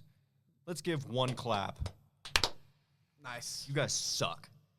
My bad. No, not you guys. These teams. My bad, man. Talk No, I clapped directly to multiple them. times beforehand. That's my bad. Oh. Okay. Anyways, let's get into I need to come up with a weekly game show now. That was fun. That was fun. I did like that. All right, let's get into the weekly awards. It feels weird not having Bradley to do these again because he's kind of our award guy, honestly. Yeah, Bradley's big award guy. And let's go rock solid performance. I can kick it first. Let's just get right into it. I've got 2 because they're both defensive players for me. Ooh. Which I don't think we've ever had a singular defensive player win rock solid. Okay. And I don't want them to be lonely, so I'm putting them together. I like it. Christian Benford for the Buffalo Bills had 2 tackles, 1 interception, and 1 fumble recovery for a touchdown. Beast. Which I just kind of threw him on there because I felt like Ernest Jones needed company of the Seattle Seahawks, and I understand it was against the Vikings. Mm-hmm. Yeah. 12 tackles, 2 interceptions, with 1 being an 86-yard pick six is pretty insane, though. Wow. What position? Is he a linebacker? Linebacker, yeah. He former Titan Ernest Jones, Yep. right? Yeah. Of course he is. Of course he. This week alone, A.J. Brown had 130 yards, 2 touchdowns. Derrick Henry had a good game. Derrick Henry had a good game. Marcus Mariota almost won against the Broncos. Traylon Burks made one of the Traylon greatest Burks catches. made one of the greatest catches we've ever seen. Ernest Jones had a career day against the Vikings. Nick Folk had a great game. Nick Folk had a game-winning field goal. Mike Vrabel's 11-2 in New England. And Harold Landry's a dog. Harold Landry, where does he even play now? New England. Of course he does. Of course he does. Yeah. Of course he does. So that's the state the Titans are in. We're literally watching players we drafted or had impact for us over the years, and a head coach that we made a head coach before or after he was a defensive coordinator in Houston and Mike Vrabel. They're all having success everywhere but Tennessee. Yeah. Yeah. I hate it. Abe, Sometimes. who's your rock solid performance of the week? My rock solid performance of the week goes to 2 guys as well. Oh my. It goes to Kyle Monangai and DeAndre Swift of the Chicago Bears. Both had at least 125 yards on the ground. And they both scored, I believe. One of them twice, I forget. I did not write the stat down. But I think they did both score. go find it yourself. They both of them had awesome games, and they ran it right down the Eagles' throats. Who was your rock-solid performance, Mr. Patterson? So I was trying really hard to figure out who I wanted. And, I wanted to say there's 11 people, but I'm going to narrow it down to one potential MVP guy. His name, I was going to make like a joke and kind of make his name bigger, but I don't know how I'd do that. Anyway, Dak Prescott, right? Yeah. Anybody who can beat the Chiefs is good on in my book. I want to say this. I want to say this proud and strong. I do not like the Cowboys either. But you hate the Chiefs more. There's just something about the personality of the team. I'm good. Dak did it, and I have both CeeDee Lamb and George Pickens. Whoa. And Javonte Williams on my fantasy team. So Hey, you've been living large this year, haven't you? we've been trying. Hey, there you go. And from that, Grayson, I will ask you, who is your unk of the week? I feel like we've gone through like stages of the year. Like at first it was Joe Flacco. Joe Flacco. Then it was Matthew Stafford. Yep. And now we're moving into a new perennial unk. I'm giving it to Jacoby Brissett. Jacoby Brissett. 29 for 40, 301 yards, two passing touchdowns, 1 interception. He had the second most passing yards this week. Mm-hmm. Great job, Unk. He's still out there doing it. Unk still got it. I'm going to give it to Nick Folk, 41 years old, and kicked a 56-yard game-winning field goal. Andrew, I'm very sorry. I have to give it to him. It hurts, but it's okay. You understand, I'm sure. And I also want to mention, actually, I'm going to leave that for Andrew to pick if he wants to. There was a certain guy on a certain team who had 2 touchdowns. Very old guy. You see, I was trying to look at Devontae Adams stats. Yep, that's what I'm talking about. Yep. Yeah, because I was like, who's old? But I wanted to do a defensive guy. But, I don't think any of them are really doing that great. So we're going Devontae Adams. Hey. Just for funsies. Yep, he had 2 touchdowns today. Unfortunately, they did not win. But, he's one of the best red zone targets in the league. He is. For He's sure. very He consistent. scores all the time. It's always the older dudes in the league, like Mike Evans and Devontae Adams. Obviously, Evans is hurt, but Yeah. they're Over the years, yeah. yeah, over the years they've been the 2 best red zone threats. Yeah, they've been awesome. And shocker of the week, my shocker of the week is this might be unanimous. Carolina Panthers. Yes. I don't think I need to say anything about that. Yep. They were the biggest underdogs this week, Yeah, and they won outright. That wasn't the Jungle Cats. That was a different. That was like That the was like Jungle Cats with rabies. That was the mechanized jungle cats. It's like when Mecha Godzilla shows up to face biological Godzilla. So it's like And it's he's like the on a different Thundercats. level, and then Godzilla's got to go back, get nuked, get stronger, and get buff, come back and whoop Mecha Godzilla. Yeah. I've watched all the Godzilla movies, by the way. I noticed. Yeah. When you said Mecha, I was thinking of Mecha Godzilla, dude? I was thinking of South Park Mecha Barbara Streisand. Mecha. Okay, I love that you know that. That rules, yeah. Mecha Barbara Streisand is Go pretty. Mecha Barbara Streisand. Yeah. She's not even good. Why did she get a mechanized for him? Yes. Yeah. Hit me. My shocker of the week, I think we can all take the Panthers, but I'm going to go in the college football world. I already asked Greyson. Andrew, do you know who is in the ACC title game this year? ACC title game? Yeah. Ooh, I think this is like... If you don't already know, just guess. So my heart was going to say something like Miami and Virginia. You'd be half right. Is it because Virginia's in? Virginia's in. Guess who the other? It's not Miami. It's not Pitt. Your hint is that they're 7-5. Yeah, they're 7-5. And SMU? No. Who else is in the ACC? Duke. Exactly. Duke. Somehow, through a very complicated and time-consuming, or an explanation that would require time that I don't care to do. Yeah. Duke and Virginia are playing in the ACC title game. What? I mean, I'm shocked. When I saw that, I was shocked. Like, I think Virginia's going to get arrested for murder. Yeah, dude. It's not going to be close, I think. Or it's either not going to be close in Virginia's favor or it's going to be an unbelievable, like, 45-43 type game. I just want to say I'm a huge Duke fan this weekend. I want to see 2 Group of 5 teams make it, and it would make my heart very happy to see Tulane and North Texas in. Tulane. Oh, yeah. Maybe- Wait, I'm Now they- JMU. We're thinking JMU, though. Yeah, J- JMU. The But Dukes, baby. But They one of the deserve two, it. one of the two above them got to lose for them to get in. Yeah, you're right. Honestly, I would love to see, now that Summerall's gone, I would love to see North Texas and JMU in more than anything else in this world, honestly. I think, are they letting Summerall coach in the playoffs They if they are, make though. it? They Yeah, are. that's what I thought. Shout out not being greedy. We're an NFL podcast. Let's move into bum of the week. I'm going to go with Lane Kiffin. That's a great take. Not really. But I can't blame him for chasing the bag, but the way he went about it Terrible. and kind of, Per usual. yeah, yelling at that kid because he called him a hoe. Dude, you're weird. And all Yeah. the stuff that's come out in Oxford about him, like, he was going to hot yoga, but not to be a creep. He was just being an asshole.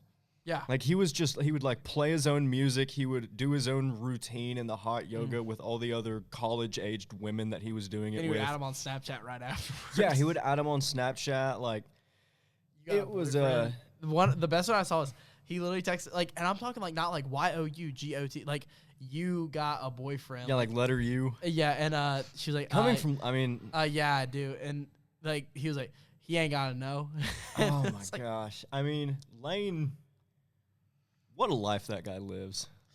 Yeah. Unbelievable. I mean, if that's what you want to consider life, I suppose. I mean, getting paid $100 million to go to LSU and talk to LSU sorority women all day now. Yeah.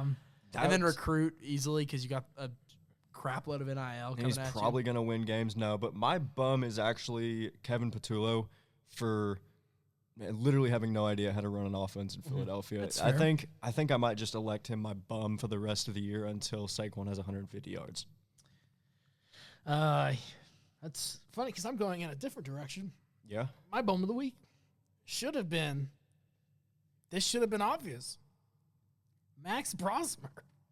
Yeah, that guy stinks. Yeah. Holy cow. Like you could have gone in, no warm up, and you probably could have done better than that. You know. Yeah. Yeah. I mean, mine would get sore, but I could power through. Yeah. And all you need to do is just aim at the people who are wearing purple. To think if Max Brosmer, like, this was the worst possible outcome because all he had to do was outplay J.J. McCarthy. Yeah. And he couldn't do that. There's a reason JJ's starting. Yeah, there's a reason J.J. was starting, turns out, and it's because Max Brosmer is god-awful. This is Good like that. Lord. Who is that Bills guy? Was it Peterman? Peterman. Yeah, Yeah. Tennessee legend Nathan Peterman, by the way. People forget. Yeah, my bum of the week was the first ever winning team to be the bum of the week. I'm taking the Broncos, man. Okay. Yeah. They they- showed me nothing to They got actually like. nothing. I mean, they're who would you rather watch for a full game, the Browns or the Broncos? Genuinely the Browns. Genuinely the Browns. That's Yeah. what I'm saying. Because, like, the Broncos are great on defense, but so are the Browns. And the Browns have fun, young players Yeah, I agree. that make an impact. Yeah, and I mean, that's going to push us right to break here. But Yeah. before we go, we only got one more week for this semester in the studio. I just want to give a special shout out to Alex Carpenter for getting us an ad to play right here.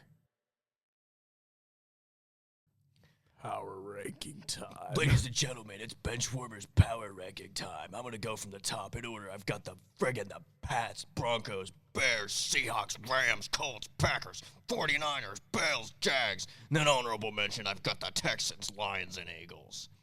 I like that. I like that a lot, honestly. Thank you. That took a toll on my throat. I'm Yeah, not I gonna can lie. For me, mine's going to sound pretty similar to yours, honestly. Again, I do mine AP style. Just like look at the votes, vote in my own mind. Yep. That's what I did. yeah. I looked up the NFL power rankings. I just pull up like moved them. I just pull up my power rankings I said last week and then move accordingly. Yep.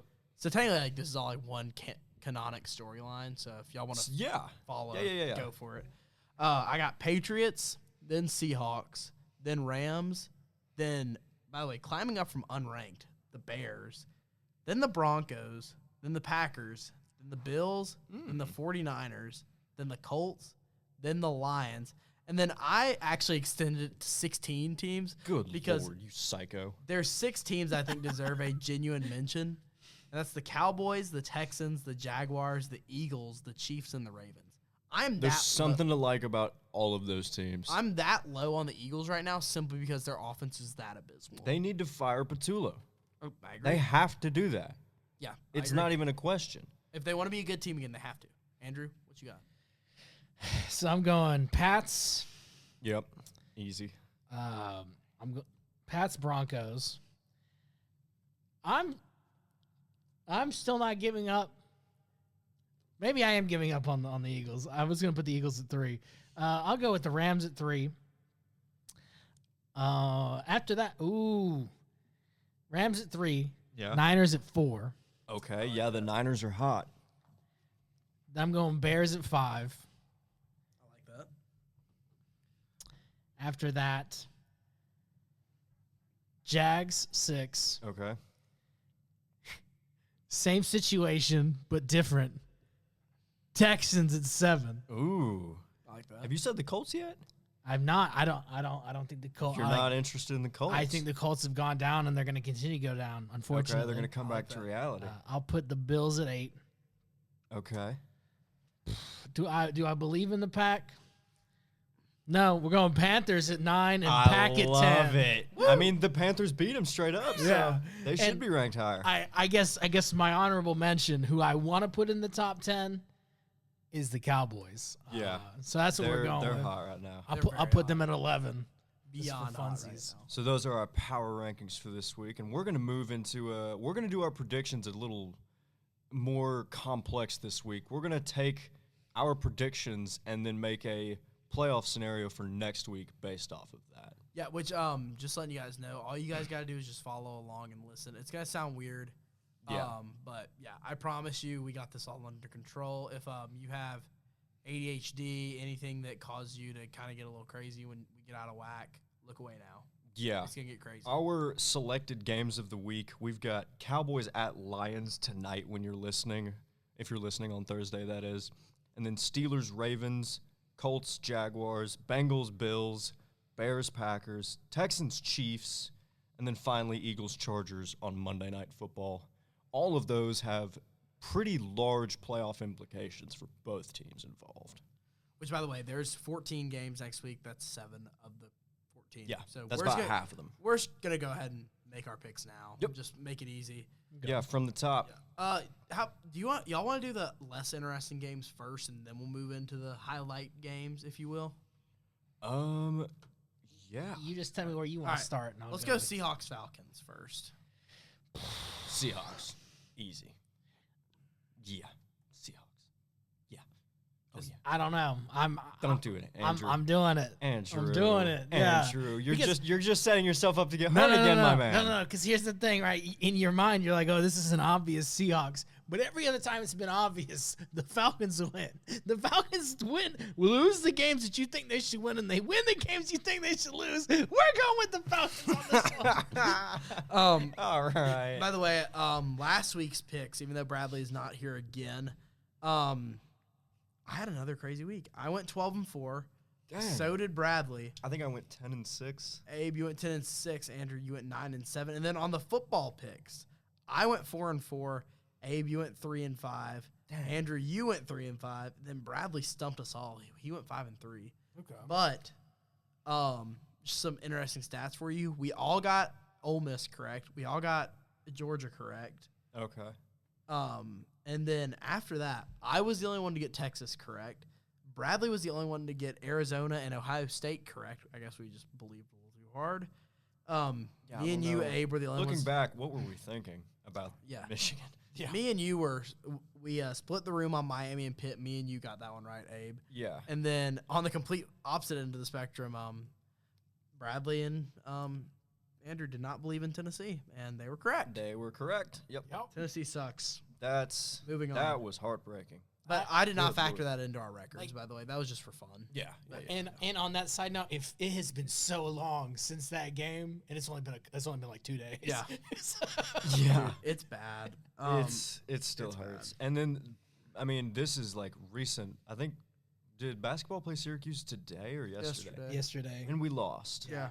I'm not gonna lie, like seeing Tennessee finally unranked, and by the way, we will make this brief, I promise you, this is an NFL podcast. Seeing Tennessee finally unranked, like genuinely, even as a diehard Vols fan, I was like, finally. Yeah. We did not deserve a ranking for the past 3 weeks. Absolutely not, yeah. Not a single ranked win. Not a single win over a bowl team this season. No. We have to win our bowl game to have one win over a bowl team this season. And we're looking at like probably Music City Bowl. They're like that. projecting the Gator Bowl for us, which I think's A little more respectable, I guess. Yeah. Imagine we go up against Nebraska. Oh, that'd be kind of Again. fun though. A rematch of like a couple years ago when we were Yeah, low key, like just like drop Indiana out. Let us play Indiana. Let us prove it. in. Yeah. Come on. That'd be so much Send fun. Indiana to Jacksonville and let us show them what's Yeah. All right. All right. Cowboys at Lions. Oh, wait. No, we're doing those Oh, yeah, at yeah. the end. Okay. Yeah, should sorry. we? Titans at Browns. Doo-doo stinky bowl game of the week. Give me Miles Browns. Garrett. Browns. Miles Garrett's literally, I think I've said this all year, but he's going to eat Cam. He's going to get like 5, 6, 7, 8, 9, 10 sacks this game. Give me 15 sacks from Miles Garrett. I'm praying that Cam Ward does not start this game, and I'm being so serious. Hey, like, he's going to walk out of the game and be like, Cam Ward, how did you think you played? Titans play good. We play. I'm Cam Ward. Is this a football game? You remember that that quarterback? I think it was for Oklahoma State, where he's like sitting in the shotgun and his hands are just shaking like that. It's going to be Cam Ward, bro. Yeah. And Miles Garrett's just going to be smiling at him with his little dumb cop beard just ready to go. Yeah, he's a scary human being. Washington at Minnesota. And I just want to say before I make my pick on this one, thank God 9 is back because they're going to go from scoring 0 points to maybe scoring 3. Yeah. It's going to be enough to beat the Vikings, though. Or, other way around. I just ruined my pick there. It's going to be enough to beat the Commanders, though. I am taking the Vikings. I am also taking the Vikings. Y'all are taking no. This is a Commanders win, dude. I don't. I think they're trying to do a little bit of tanking. The Commanders are. I Do mean, a little they bit. might be trying, but it ain't gonna happen today. Oh man. This is genuinely just like who wants to lose it more. Same thing Yeah. with the Browns, Titans. It's like who wants to lose it Ugh. more. There's some stinky games this week. Miami at New York Jet. I've got the Dolphins. Not the Jets. The I'll Jet. say this. I've got the Dolphins, but if the Jets would not have won last week, I would have taken the Jets in this one. But I don't know. I just feel like the Jets can't win 2 games in a row. That would Yeah. be. Yeah, that would be like hell freezing over and pigs growing wings and Or- flying. Maybe hell is frozen and we're in the middle of it. I'm taking the New York Football Jets. This guy's got no clue what he's talking about. Give me the Dolphins. All right. Not really a stinker game, just a bad. this is going to be a bloodbath, I hope. Saints at Buccaneers. Yeah, last time it was really ugly. Yeah. It was just, I mean, the Buccaneers pulled it out. I think they'll do it again just because Yeah. the Saints, they're looking toward next year at this Yeah. point. I'm taking the Bucks as well, though. I do want to say Tyler Shuck gives them a much better chance in this game. He's not a bad quarterback. He's pretty good. He's all right. Believe, Yeah. He's been okay. I like Kellen Moore as a head coach. I think Philly misses him, that's for sure. Yeah. But yeah, the Saints they're rebuilding pretty heavily. Yeah. Give me the Bucks.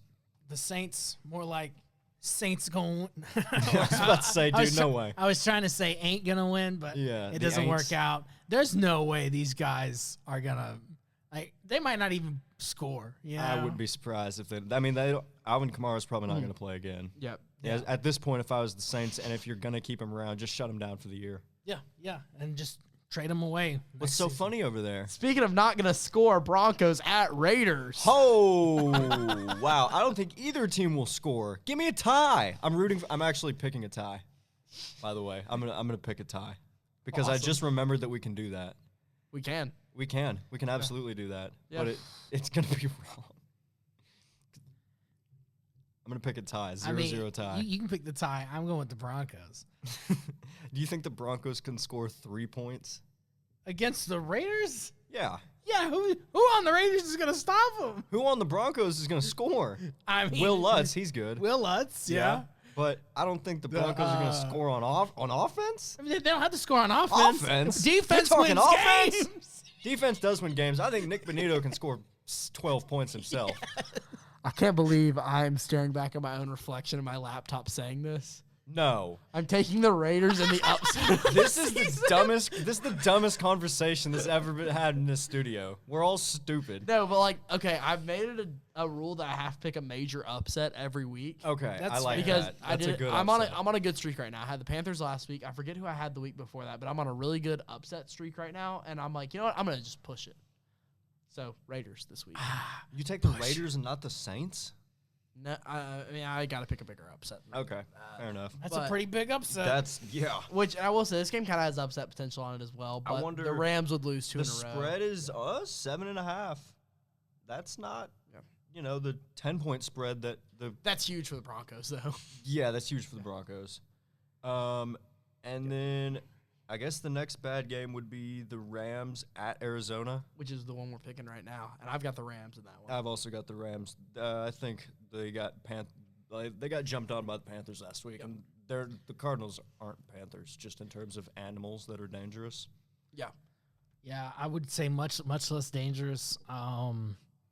And I don't think that like the Rams didn't lose that game. The Panthers won that game. Yeah. You know what I'm saying? So I'm going to go Matthew Rams Stafford here. lost that game for the Rams, I Yeah. think. And he's not going to do that against the Cardinals. I totally agree. All right, now we're going to get into the interesting games. And by the way, on these games, we will have a lot to say about the playoff picture on these games. Yes. And that's kind of how our fun segment of this today is going to work. Mm-hmm. First of all, Cowboys at Lions, Thursday Night Football. Great schedule here. Just fantastic scheduling here. That's all I have to say. Yeah, this is a great Thursday night game. I say we do picks first, then we talk about the games themselves. We can do that, and then we'll just Yep. use out who we think will win by majority to make our playoff picture from there. And this genuinely feels like I'm stabbing myself in the heart repeatedly and crying my eyes out. Are you But taking the Cowboys? Every time I look to take the Lions, I just think about how hot the Cowboys are and how cold the Lions are. Yeah. The Lions might be the coldest team in the NFL right They're pretty now. cold. They're It's either chilly. them or the Eagles, yeah. Like non losing teams. You know? yeah. Yeah. Them and the Eagles are just stupidly cold right now, which is funny because they were 1-2 last year. Yep. So you might even say, "Who them boys?" I would never say that, but yeah, them boys are gonna get it wrong, or them boys are gonna get it done. I hope they don't, but I think they will. Yeah, I'm gonna look for the Lions to be able to run the football again. Like the Cowboys have improved on defense, but I don't know if they can stop David Montgomery and Jahmyr Gibbs and JMO. I don't know.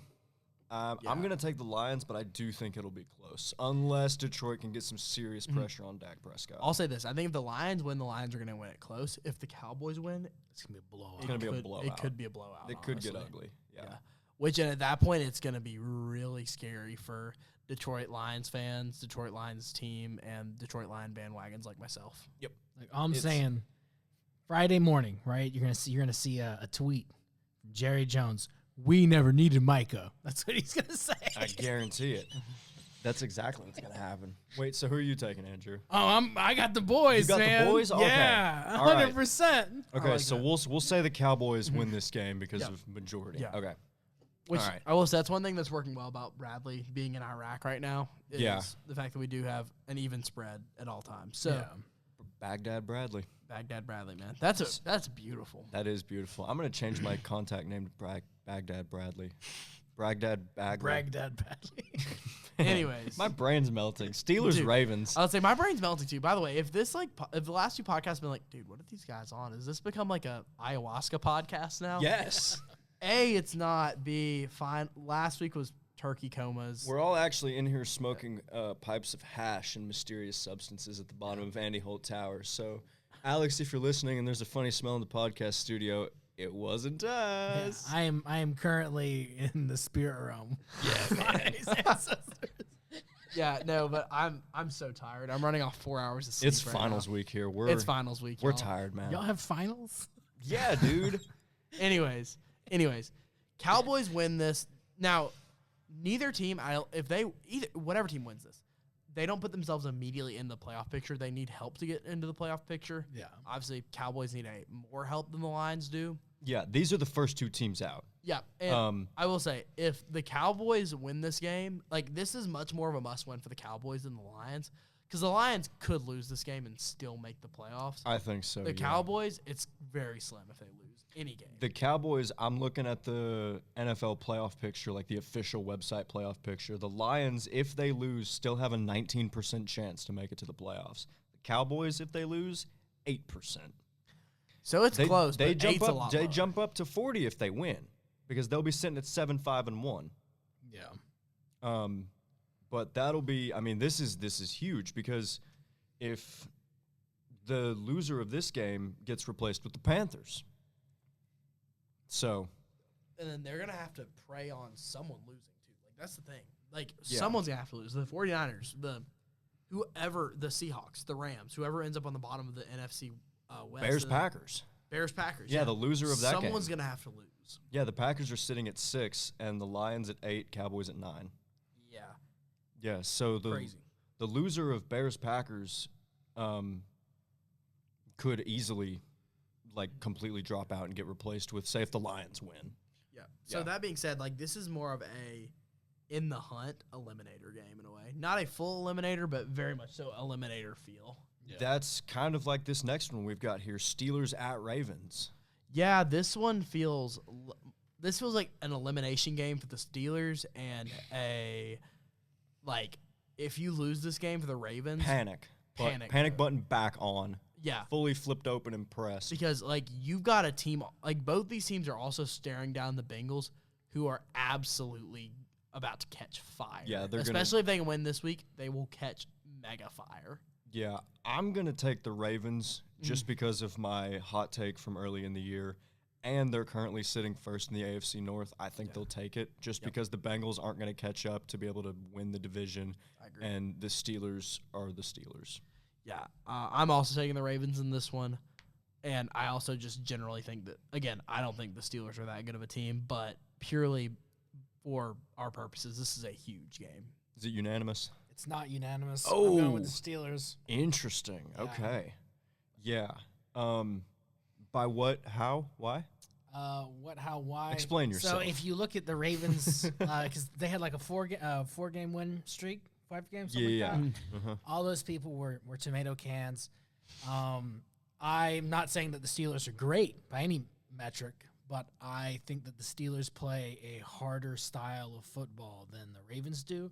Much more physical. Much more physical, Yeah. and I don't think the Ravens are about that life. Yeah, guys like Alex Highsmith, TJ Watt. TJ Watt, Even, Herbig, I think. Who's the old guy they got? It's not Cameron Cameron Hayward. Yeah. Cam Hayward, he's still there? He's a dog. Yeah, he is. How about that? So, and really the one thing that is gonna, I guess, differentiate like who's gonna win this game is who runs better. I do think that I mean, it's between Jalen Warren and, a guy named Derrick Henry. yeah, but Watch Jalen Warren go for a And buck Kenneth 40. Gainwell. Don't Kenneth forget Gainwell, yeah. too. yeah, Eagles legend. And Arthur Smith. I guess he's got blackmail on Arthur Smith or something, because Arthur Smith just loves Kenneth Gainwell. he also loves Jonnu Smith for whatever He reason. does love Johnny He Smith. is an ex-Titan, though. I will give Johnny Smith He's that. been And everywhere with an Arthur Smith, ex-Falcon. though.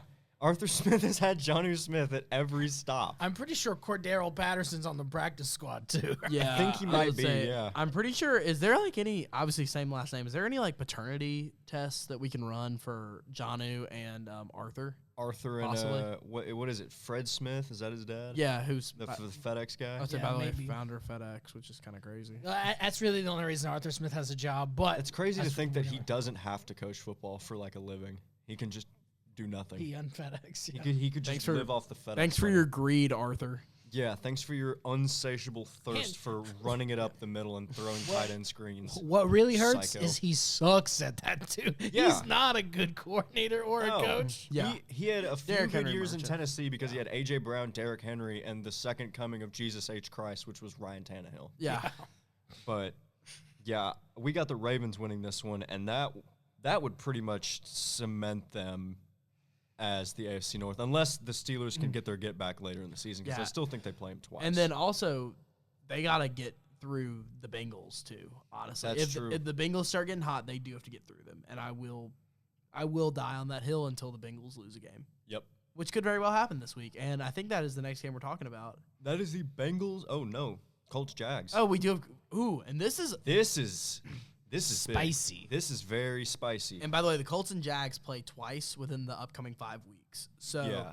this is just the beginning of them playing. Yeah, but the Jaguars currently sitting top of the AFC South, 8-4. Is crazy thinking Yeah. about how far the Colts have dropped. Yeah. And honestly, I think that the Jags are going to ride not their own momentum, but the lack of momentum the Colts have. And this game just feels like a home team wins kind of thing. Yeah, And then whenever they go play the Colts at Colts, it feels like Colts are going to win it, you know? I could see it. I'm going to take the Jags. I'm taking the Jags as well. So I'm taking the Jags. The Jags have a really good run defense. The only thing that the Colts have going for them is Jonathan Taylor. Is the and- run game. They live and die by him. Yeah, and he hasn't been doing very good this last 2 weeks, whether it's on him or on somebody else. The world may never know. So, Trevor Lawrence, you're getting a dub this weekend. All right. Yeah, and by the way, there's not really much to talk about playoff picture-wise with that. That would drop the Colts into a wild card, and Yep. that would, in fact, send them into the wild card for sure. That might even drop them into the hunt if the Texans win. Yeah, let me look at the AFC picture right now. Actually, I'm just looking at NFL playoff picture. Yeah, we've got the Patriots at the 1 seed, Broncos at the 2 seed, and those two teams are they're all but certainly locked in. The Patriots, I mean, they're locked in everything but officially. And then it's the Jaguars at the 3 seed with the best record among the rest of the division winners. And then the Ravens at the 4 seed just because they're currently first in the AFC North. Then the Chargers at 5, Colts at 6, and 7 is the Bills. Next 3 out are the Texans at 8, Steelers at 9, Chiefs at 10. Yeah, and then also I do want to mention this: the Dolphins and the Dolphins are at 5 and 7, and they're technically in the hunt. The Bengals, with a win, have an 8% chance to make the playoffs. We're gonna get to that game next. Obviously, So it's not 0 is what you're saying. it's not a 0. It's not 0. And yeah, but overall, I do think that the winner of this game should honestly take the AFC South because both teams have an easy kind of ish schedule in front of them. So I do think the winner of this game will end up taking the AFC South. And with that being said, I think the Jaguars take this game, get in the driver's seat, and really pave out their own path in the AFC South. That's unanimous. Next one that we're talking about, we've alluded to it maybe 30 times throughout this podcast. It's the Bengals at the Bills at 1 o'clock, which they should really flex it, honestly, but whatever. This should be I think this could take the Monday night game if Herbert doesn't play. Yeah, we're not in flex time yet. I understand, but I think it should. Yeah. Anyways, Bengals at Bills, 1 o'clock. At Bills is a huge factor here, and I'm pretty sure it's going to be snowing. I think I'm taking the Bills. It's just snowing in Buffalo. The Bengals, they've been bad. They've got Burrow back now, so they're good again. But the Bills have been pretty good all year. Okay, Good, so, not great. Yeah. And they're better than Cincinnati, just objectively. and I'll tell you all this. Would you say objectively? I'm saying objectively. What are you saying over there? I'm saying Patterson? that the Bills do one thing exceptionally better than the Bengals do. Is that running the football? That is running the football. Yes. But I think that what's his face? For the Bengals? Josh Allen has NFL regressed. MVP Josh Allen. I mean, he was NFL MVP last year, but this year he's more like a, NFL mid VP. Mid VP. Yeah.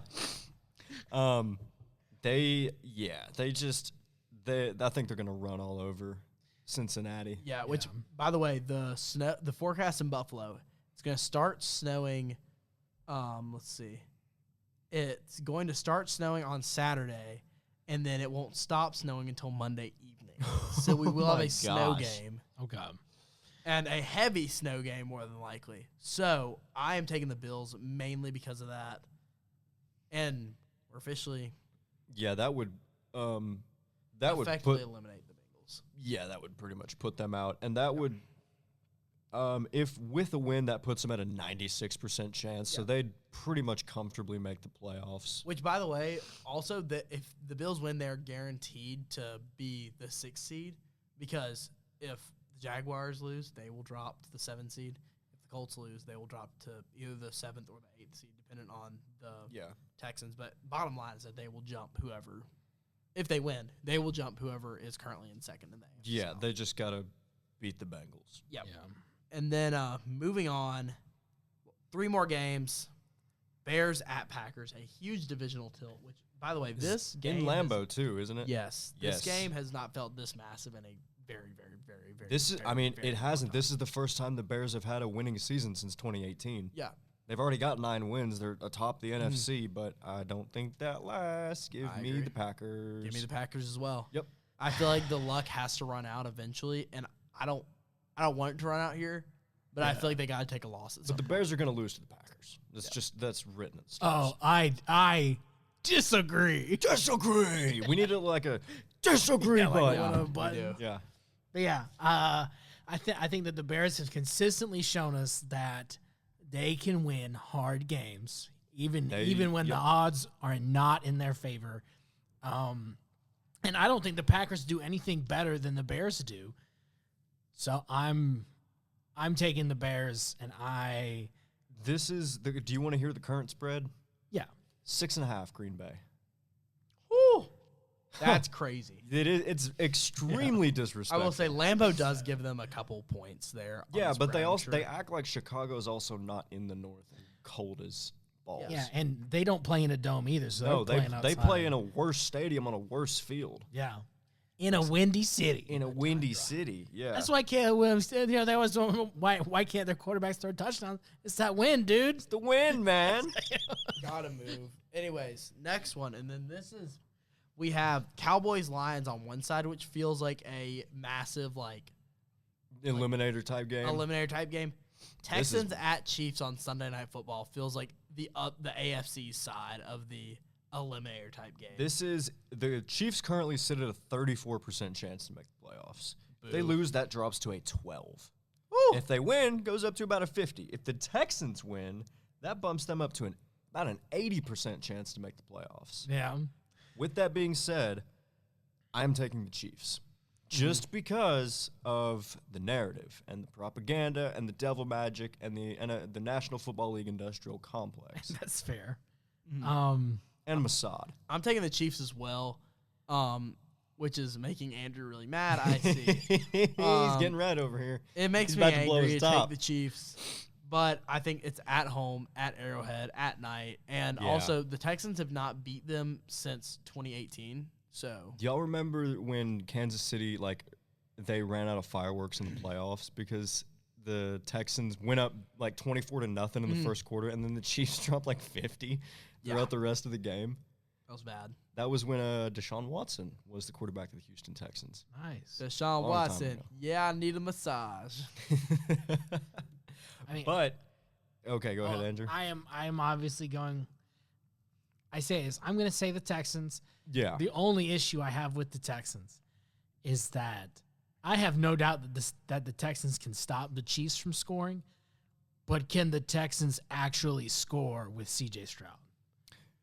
that's a good question. It is a good question, and I'm willing to put everything on the table. Right? You This- can have my mortgage. You can have my Yeah. car.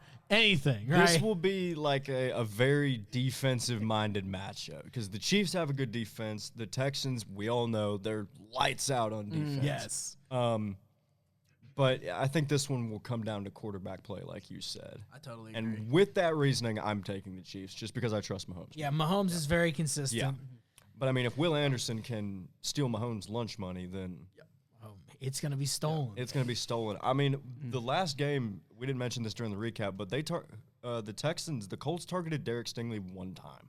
Derek Stingley has quietly been one of the best corners in the NFL this year. And, I mean, we already kind of discussed the playoff implications for this game. This is not a full-on eliminator game, but this is a... For the Chiefs, it is. It's bump not your chances full-on. up a whole lot or bump your chances down a whole lot. It's a make-or-break game for the Chiefs, This is a pivotal game for both teams. Yeah. And then finally, by the way, I looked, the Chargers are very optimistic that Justin Herbert will play in this one. Yeah, they Monday Night Football, Eagles at Chargers. He fractured his non-throwing hand. Yeah. Which I think is the reason why, and they can also just club it up. And he still came back out there and threw a touchdown before he went to the tunnel. Beast. So, Eagles at Chargers. I'm not picking the slumping Eagles. I'm taking the Chargers in this one. I am going to pick the slumping Eagles because they have to figure it out eventually. And if they don't this week, then I'm done, and I'm out on them. Yeah. What do you think, Andrew? So this really is a toss-up, and I'm going to say this. I am not picking these people because of their offense.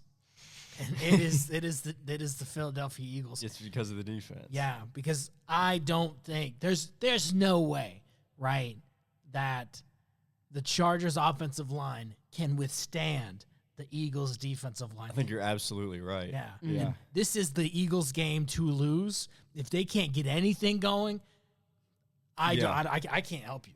Yeah, they got to get they have to get to Herbert. That's how they're going to win is by putting Herbert on the ground. And already injured Herbert. Yeah. Yeah, who literally had surgery on his hand and he's about to go out here and play an NFL game. Cuz he thinks that the Eagles are pansies, dude. Oh man, he might lose his hand like Luke Skywalker. Yeah. He's going to find out who his father is and it's going to be Nick Sirianni. Nick Sirianni, Vic Fangio, Jalen Carter. Yeah. Good Lord. Jordan Davis, please. Man. Anyway, I think that about does it for predictions, doesn't it? That about does it. Honestly, that game is more of a wild card versus division winning game, kind of. Yeah. Chargers are staring down the wild card, which, by the way, with a loss, that would drop them either into the hunt or into the 7 seed. Yeah. So moment. it wouldn't completely drop them out of it, but yeah, the Eagles can afford to lose. The Eagles can afford to lose this one. But they can't afford to lose another one because then that would put them at the same amount of losses with the Cowboys, but obviously the Cowboys have that tie. Yeah. Which is holding them back from an extra loss on the bad side or an extra win on the good side. Anyways, let's get into hot takes. Let's end this episode. Yeah, we said we'd be out of here by 6 o'clock. It's currently 6:10, just about, but we love ball. Anyways, my hot take is that half of the teams that were in last year's playoff picture will not make it to this year's playoff picture. And which ones were those? I can just read off the entire playoff picture from last season if you really want to know. Just give me 1 second to pull that up. One of y'all take y'all's hot takes. I'm going to go ahead and say, kind of related to yours, the Bears will fall off a cliff. They will either barely make or just straight up miss the playoffs entirely. Barely make it. Barely make it, the Bears. Barely. Man, Chicago barely making it. But their remaining schedule, they have to go at Lambeau to face the Packers this week that we talked about. Then they host the Browns. It should be an easy win. They play the Packers again at home. Tough. Then they have to go to the Niners. Very tough. Then they play the Lions at home. Tough. So they could lose 4 out of their last 5. Which, mind you, that Lions team could be playing for the playoffs in that game. Absolutely. And in the NFC North, if you lose 4 of the last 5, regardless of what your record is now, you're not making the playoffs. There's going to be one team from that division that doesn't make the playoffs with a good winning record. Yep. Which, by the way, I do have the 2024 playoff picture pulled up in front of me. From NFC to AFC 1 through 7, it is Lions, Eagles, Rams, Falcons, Vikings, Packers, Commanders, which I feel like there's 3 teams who are solidly out at that point in there. And then Chiefs, Bills, Steelers, Texans, Ravens, Chargers, Broncos. I think of those 7, of those 14, at least 7 of those are going to be not in this year's picture. Yeah, I think absolutely. Yeah. I could agree with that. I mean, the Chiefs could very well miss. I wouldn't be surprised if the this 2 point in 1 the seeds season. could miss at this point. Yeah. The 2 1 seeds are actively in the hunt. Yeah. Andrew, Who was the 1 seed last year? Lions and the Chiefs. Yeah, the Lions were the 1 seed. I forgot about that. Andrew, finish us off. This is a combo. Yeah. Actually, I'm gonna make it whatever a three bow. trio. Yeah, a trio. It's a threesome. Right? We got a threesome in the studio. Both Dallas and Houston are gonna win out, and you're gonna see your first ever all Texas Super Bowl this year. Wait, that would be so sick. That would be cool. That would be awesome. I'd like to Super see Bowl's that a in lot, New Orleans actually. too, so it would have a very high turnout for Yeah, fans. there'd be a lot of. Ooh, wait, nope, can't say that on air. But there'd be a lot of people there. There'd be a lot of Texans and a lot of Texans there. A lot of people from Texas there. A lot of Cowboys and Texans fans there. Yeah, which would be probably like the most like patriotic Super Bowl of all time. Like, We'd see the Bush family out in the national in anthem numbers. would be sung before every quarter. Greg Abbott's gonna sing the national anthem himself. We're gonna get George Strait to do the Yep. the seventh inning stretch. Yes. Take me out to the Super Bowl. Anyways, that's they're gonna do gonna it. remember the Alamo at halftime. That's gonna do it for this week of What an Benchwarmers. episode. Loopy episode, a great episode. Thank you all so much for watching. We love you guys. You will be able to see our beautiful faces again next week. And have a great week. Enjoy some really, really good football. Happy December. Love you guys. Peace.